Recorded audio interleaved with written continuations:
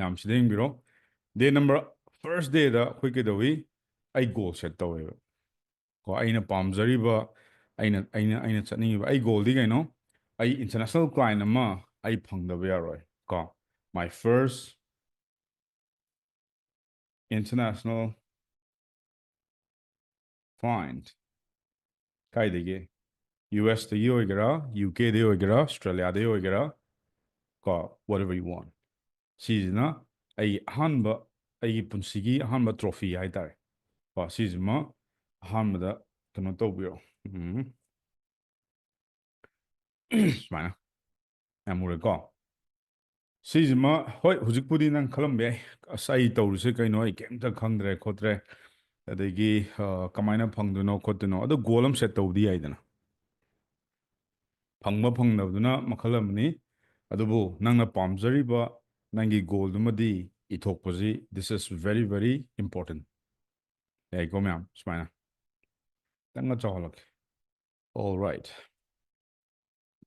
ꯑꯗꯒꯤ ꯑꯅꯤꯁꯨꯕꯗ ꯀꯩꯒꯤꯗꯃꯛꯇꯅꯣ ꯑꯩꯅ ꯁꯤꯒꯤ ꯒꯣꯜꯁꯦ ꯁꯦꯠ ꯇꯧꯔꯤꯁꯦ ꯋꯥꯏ ꯁꯤ ꯏꯁꯥꯅ ꯍꯪꯕꯤꯔꯛꯑꯣꯕ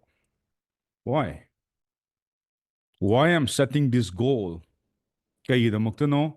ꯑꯩꯅ ꯒꯣꯜꯁꯦ ꯃꯤꯅ ꯇꯧꯅꯩꯅ ꯏꯟꯇꯔꯅꯦꯁꯅꯦꯜꯗ ꯊꯕꯛ ꯇꯧꯃꯤꯟꯅꯩꯅ ꯑꯩꯁꯨ ꯇꯧꯗꯣꯏꯔꯥ ꯀꯩꯒꯤꯗꯃꯛꯇꯅꯣ ꯑꯩꯅ ꯁꯤ ꯒꯣꯜ ꯁꯦꯠ ꯇꯧꯔꯤꯁꯦ ꯋꯥꯏ ꯁꯤ ꯐꯖꯅ ꯗꯤꯞ ꯂꯦꯚꯦꯜꯗ ꯐꯖꯅ ꯈꯜꯂꯨꯀꯣ ꯁꯔꯐꯦꯁ ꯂꯦꯚꯦꯜꯗ ꯑꯩꯈꯣꯏꯒꯤ ꯇꯧꯕ ꯊꯕꯛꯇꯨꯗꯤ ꯑꯩ ꯇꯧꯍꯟꯅꯤꯡꯗꯦ ꯅꯪꯒꯤ ꯍꯧꯖꯤꯛ ꯄꯨꯟꯁꯤꯒꯤ ꯇꯥꯡꯀꯛ ꯑꯃ ꯂꯩꯔꯝꯒꯅꯤ ꯅꯪ ꯌꯥꯝꯅ ꯇꯐ ꯇꯥꯏꯝ ꯑꯣꯏꯔꯝꯕ ꯌꯥꯎꯔꯝꯒꯅꯤ ꯌꯥꯝ ꯅꯨꯡꯉꯥꯏꯕ ꯇꯥꯏꯃꯤꯡ ꯌꯥꯎꯔꯝꯒꯅꯤ ꯑꯗꯒꯤ ꯌꯥꯝꯅ ꯀꯞꯅꯤꯡꯕ ꯇꯥꯏꯃꯤꯡ ꯀꯣ ꯁꯤ ꯃꯤꯑꯣꯏꯕꯒꯤ ꯇꯥꯏꯃꯤꯡ ꯉꯥꯛꯇꯅꯦ ꯑꯗꯣ ꯅꯪꯒꯤ ꯇꯥꯏꯃꯤꯡꯁꯦ ꯀꯔꯝꯕꯅꯣ ꯑꯗ ꯅꯪꯅ ꯒꯣꯜ ꯁꯦꯠ ꯇꯧꯔꯤ ꯃꯔꯝꯁꯤꯅ ꯀꯩꯒꯤꯅꯣ ꯋꯥꯏ ꯅꯪꯒꯤ ꯍꯧꯖꯤꯛ ꯏꯃꯥ ꯕꯕꯥꯅ ꯀꯣ ꯍꯥꯏꯗꯤ ꯑꯩꯈꯣꯏꯁꯦ ꯂꯥꯏꯔꯕ ꯑꯣꯏꯅ ꯍꯧꯔꯛꯏꯗꯅ ꯑꯌꯥꯝꯕꯅ ꯀꯣ ꯑꯩꯈꯣꯏꯗꯤ ꯃꯌꯥꯡ ꯄꯄꯥ ꯅꯠꯇ꯭ꯔꯕꯅꯤꯅ ꯃꯩꯇꯩ ꯄꯄꯥꯅꯤꯗꯅ ꯃꯩꯇꯩ ꯄꯄꯥꯈꯩꯅ ꯄꯣꯛꯄꯤꯔꯛꯑꯕꯅꯤꯅ ꯄꯩꯁꯥꯁꯦ ꯑꯩꯈꯣꯏ ꯁꯪꯒꯥꯎꯗꯤ ꯑꯩꯈꯣꯏ ꯊꯝꯕꯤꯔꯝꯗꯦ ꯑꯩꯈꯣꯏ ꯕꯦꯡ ꯑꯦꯀꯥꯎꯟꯗ ꯀꯣ ꯏꯁꯥꯅ ꯇꯥꯟꯖꯔꯛꯑꯒ ꯑꯗꯒꯤ ꯍꯣꯠꯅꯔꯕ ꯃꯇꯨꯡꯗ ꯑꯩ ꯀꯅꯥꯝꯇꯅ ꯑꯩꯉꯣꯟꯗ ꯐ꯭ꯔꯤꯗ ꯄꯩꯁా ꯄꯤꯔꯛꯇꯦ ꯀꯣ ꯅꯣ ꯋꯥꯟ ꯏꯁ ꯒꯤꯚꯤꯡ ꯃꯤ ꯑꯩꯅ ꯉꯁꯤ ꯇꯥꯟꯖꯔꯤꯕ ꯄꯩꯁꯥ ꯀꯣ ꯑꯩ ꯍꯨꯃꯥꯡ ꯃꯃꯟꯅ ꯇꯥꯟꯕꯅꯦ ꯑꯗꯣ ꯀꯅꯥꯝꯇꯅ ꯂꯥꯛꯑꯒ ꯅꯉꯣꯟꯗꯁꯨ ꯄꯩꯁా ꯄꯤꯔꯣꯏ ꯅꯪꯅ ꯇꯥꯟꯗꯣꯏꯅꯦ so are you ready for this ꯁꯤꯗ ꯆꯍꯤꯒꯤ ꯃꯊꯧ ꯀꯩꯝ ꯇꯥꯗꯦ ꯑꯩ ꯆꯍꯤ 50 ꯁꯨꯔꯦ ꯑꯩ ꯁꯤ ꯇꯧꯕ ꯉꯝꯃꯔꯣꯏ ꯀꯩꯗꯧꯕꯩ ꯉꯝꯃꯣꯏꯗꯣꯏꯅꯣ ꯌꯨꯝꯗ ꯂꯩꯔꯒꯅꯦ ꯍꯧꯖꯤꯛ ꯀꯝꯄ꯭ꯌꯨꯇꯔꯁꯤꯗ ꯅꯪꯒꯤ ꯅꯣꯂꯦꯖ ꯁꯤꯌꯔ ꯇꯧꯔꯛꯇꯣꯏꯅꯤ ꯀꯣ ꯑꯩ ꯃꯅꯤꯄꯨꯔꯗꯁꯨ ꯑꯩ ꯄ꯭ꯔꯨꯐ ꯇꯧꯖꯔꯛꯀꯦ ꯀꯣ ꯑꯍꯟꯅꯤ ꯑꯦꯔꯥꯎꯟ 53-54ꯗꯤ ꯁꯨꯔꯝꯃꯅꯤ ꯀꯣ ꯑꯗꯩ ꯑꯃꯅ 55 ꯃꯨꯛ ꯁꯨꯔꯝꯃꯅꯤ ꯑꯍꯟꯅꯤꯀꯣ ꯕꯦꯠꯁ ꯅꯝꯕꯔ 3ꯗ ꯌꯥꯎꯏ ꯀꯣ ꯅꯨꯄꯤ ꯉꯥꯛꯇꯅꯤ ꯇꯦꯛꯅꯣꯂꯣꯖꯤ ꯀꯩꯝ ꯍꯩꯕ ꯅꯠꯇꯦꯕ ꯕꯠ ꯃꯣꯏ ꯑꯥꯛꯁꯨꯔꯗ ꯂꯥꯛꯑꯦ ꯑꯥꯛꯁꯨꯔ ꯃꯣꯏꯅ ꯄꯥꯝꯖꯔꯤꯗꯣ ꯃꯣꯏ ꯁꯤ ꯋꯥꯏꯁꯦ they are very very clear ꯃꯥꯅ ꯇꯧꯅꯤꯡꯉꯤ ꯄꯣꯠꯇꯣ ꯃꯥ ꯌꯥꯝ ꯀ꯭ꯂꯤꯌꯔ ꯑꯣꯏꯖꯩꯕ ꯑꯩꯁꯨ ꯌꯨꯇ꯭ꯌꯨꯕ ꯆꯦꯅꯦꯜ ꯑꯃ ꯂꯩꯔꯦ ꯌꯨꯇ꯭ꯌꯨꯕꯇ ꯑꯩ ꯚꯤꯗꯤꯑꯣꯁ ꯃꯌꯥꯝ ꯑꯃ ꯊꯥꯒꯠꯂꯦ ꯑꯗꯨꯗ ꯐꯣꯂꯣꯋꯔꯗ ꯀꯜꯂꯛꯀꯅꯣꯕꯀꯣ ꯐꯣꯂꯣꯋꯔꯗ ꯂꯩꯔꯤꯕ ꯅꯪꯒꯤ ꯐꯣꯂꯣꯋꯔꯁ ꯃꯌꯥꯝꯗꯣ ꯀꯃꯥꯏꯅ ꯇꯧꯔꯒ ꯅꯪ ꯃꯣꯅꯤꯇꯥꯏꯁ ꯀꯃꯥꯏꯅ ꯇꯧꯔꯛꯇꯣꯏꯅꯣ that is what every one doesn't know how to do it ꯑꯩꯗꯤ ꯐꯣꯂꯣꯋꯔꯁ ꯂꯩꯔꯦ ꯌꯨꯇ꯭ꯌꯨꯕꯇꯒꯤ ꯀꯣ ꯑꯦꯔꯥꯎꯟ ꯂꯦꯠꯁꯦ ꯀꯣ 8,000 10,000 ꯑꯗꯨꯅꯤ ꯅꯪ ꯍꯤꯡꯕ ꯌꯥꯔꯣꯏꯀꯣ ꯑꯗꯨꯗ ꯌꯨꯇ꯭ꯌꯨꯕꯇ ꯅꯪ ꯍꯧꯖꯤꯛ ꯃꯤ 10,000 ಲꯩꯔꯦ 30 ಲꯩꯔꯦ 40 ಲꯩꯔꯦ 50 ಲꯩꯔꯦ ꯂꯩꯔꯤꯕ ꯃꯤ ꯃꯌꯥꯝꯗꯣ ꯀꯃꯥꯏꯅ ꯇꯧꯔ ꯅꯪꯒꯤ ꯀꯁꯇꯃꯔ ꯀꯃꯥꯏꯅ ꯑꯣꯏꯍꯜꯂꯛꯁꯤꯒꯦ ꯀꯣ ꯃꯤꯒꯤ ꯑꯦꯗꯚꯔꯇꯤꯁꯃꯦꯟ ꯈꯔ ꯇꯧꯔꯒ ꯃꯤꯉꯣꯟꯗ ꯗꯤꯄꯦꯟ ꯇꯧꯕꯗꯨꯗꯤ ꯇꯧꯒꯅꯨ ꯃꯤꯅ ꯑꯦꯗꯚꯔꯇꯤꯁꯃꯦꯟ ꯇꯧꯔꯛꯑꯀꯥꯟꯗ ꯅꯪ ꯂꯣꯡꯅꯩ ꯂꯦꯞꯈꯤꯕ ꯃꯇꯝꯗ ꯁꯣ ꯗ ꯀ꯭ꯋꯦꯁꯟ ꯏꯁ ꯅꯪꯅ ꯒꯣꯜ ꯁꯦꯠ ꯇꯧꯔꯤꯗꯣ ꯀꯌꯥꯝ ꯗꯤꯞ ꯂꯦꯚꯦꯜ ꯍꯥꯏ ꯇꯥꯔꯒꯗꯤ ꯃꯤꯅ ꯑꯃ ꯈꯟꯕ ꯃꯇꯝꯗ ꯅꯪꯅ ꯑꯍꯨꯝ ꯊꯣꯛꯅ ꯈꯜꯂꯣꯕ ꯍꯥꯏꯗꯤ ꯑꯍꯜ ꯂꯃꯟꯅ ꯍꯥꯏꯅꯕꯗꯣ ꯊꯕꯛ ꯑꯃ ꯇꯧꯗ꯭ꯔꯤꯀꯥꯟꯗ ꯅꯪ 10 times ꯈꯜꯂꯣ ꯍꯥꯏꯗꯣ ꯃꯌꯥꯝ ꯑꯗꯨ ꯑꯣꯏꯇꯥꯔꯒꯗꯤ ꯁꯤꯒꯤ ꯂꯝꯕꯤ ꯆꯪꯉꯛꯄ ꯃꯇꯝꯗꯁꯨ ꯑꯩꯁꯨ ꯅꯪ ꯐꯖꯅ ꯀꯣ ꯑꯍꯨꯝꯂꯛ ꯊꯣꯛꯑ ꯃꯔꯤ ꯊꯣꯛꯑꯒ ꯐꯖꯅ ꯈꯜꯂꯣ ꯁꯤꯃ ꯂꯩꯔꯦ ꯑꯗꯒꯤ ꯑꯃꯨꯛ ꯁꯤꯒꯤ ꯒꯣꯜꯁꯦ ꯑꯩ ꯀꯃꯥꯏꯅ ꯑꯦꯆꯤꯞ ꯇꯧꯗꯣꯏꯅꯣ ꯀꯣ ꯁꯤ ꯀꯩ ꯀꯧꯏ ꯒꯦꯝ ꯄ꯭ꯂꯥꯟ ꯁꯤꯁꯨ ꯎꯕ ꯇꯝꯃꯣꯕ ꯑꯩ ꯀꯃꯥꯏꯅ ꯇꯧꯔꯒꯅꯣ ꯑꯩꯅ ꯁꯤꯒꯤ ꯏꯟꯇꯔꯅꯦꯁꯅꯦꯜ ꯀ꯭ꯂꯥꯏꯟ ꯐꯪꯗꯣ ꯁꯤ ꯄꯩꯁꯥꯒꯤ ꯑꯣꯏꯔꯁꯨ ꯌꯥꯏꯀꯣ let's say 50,000 target in A month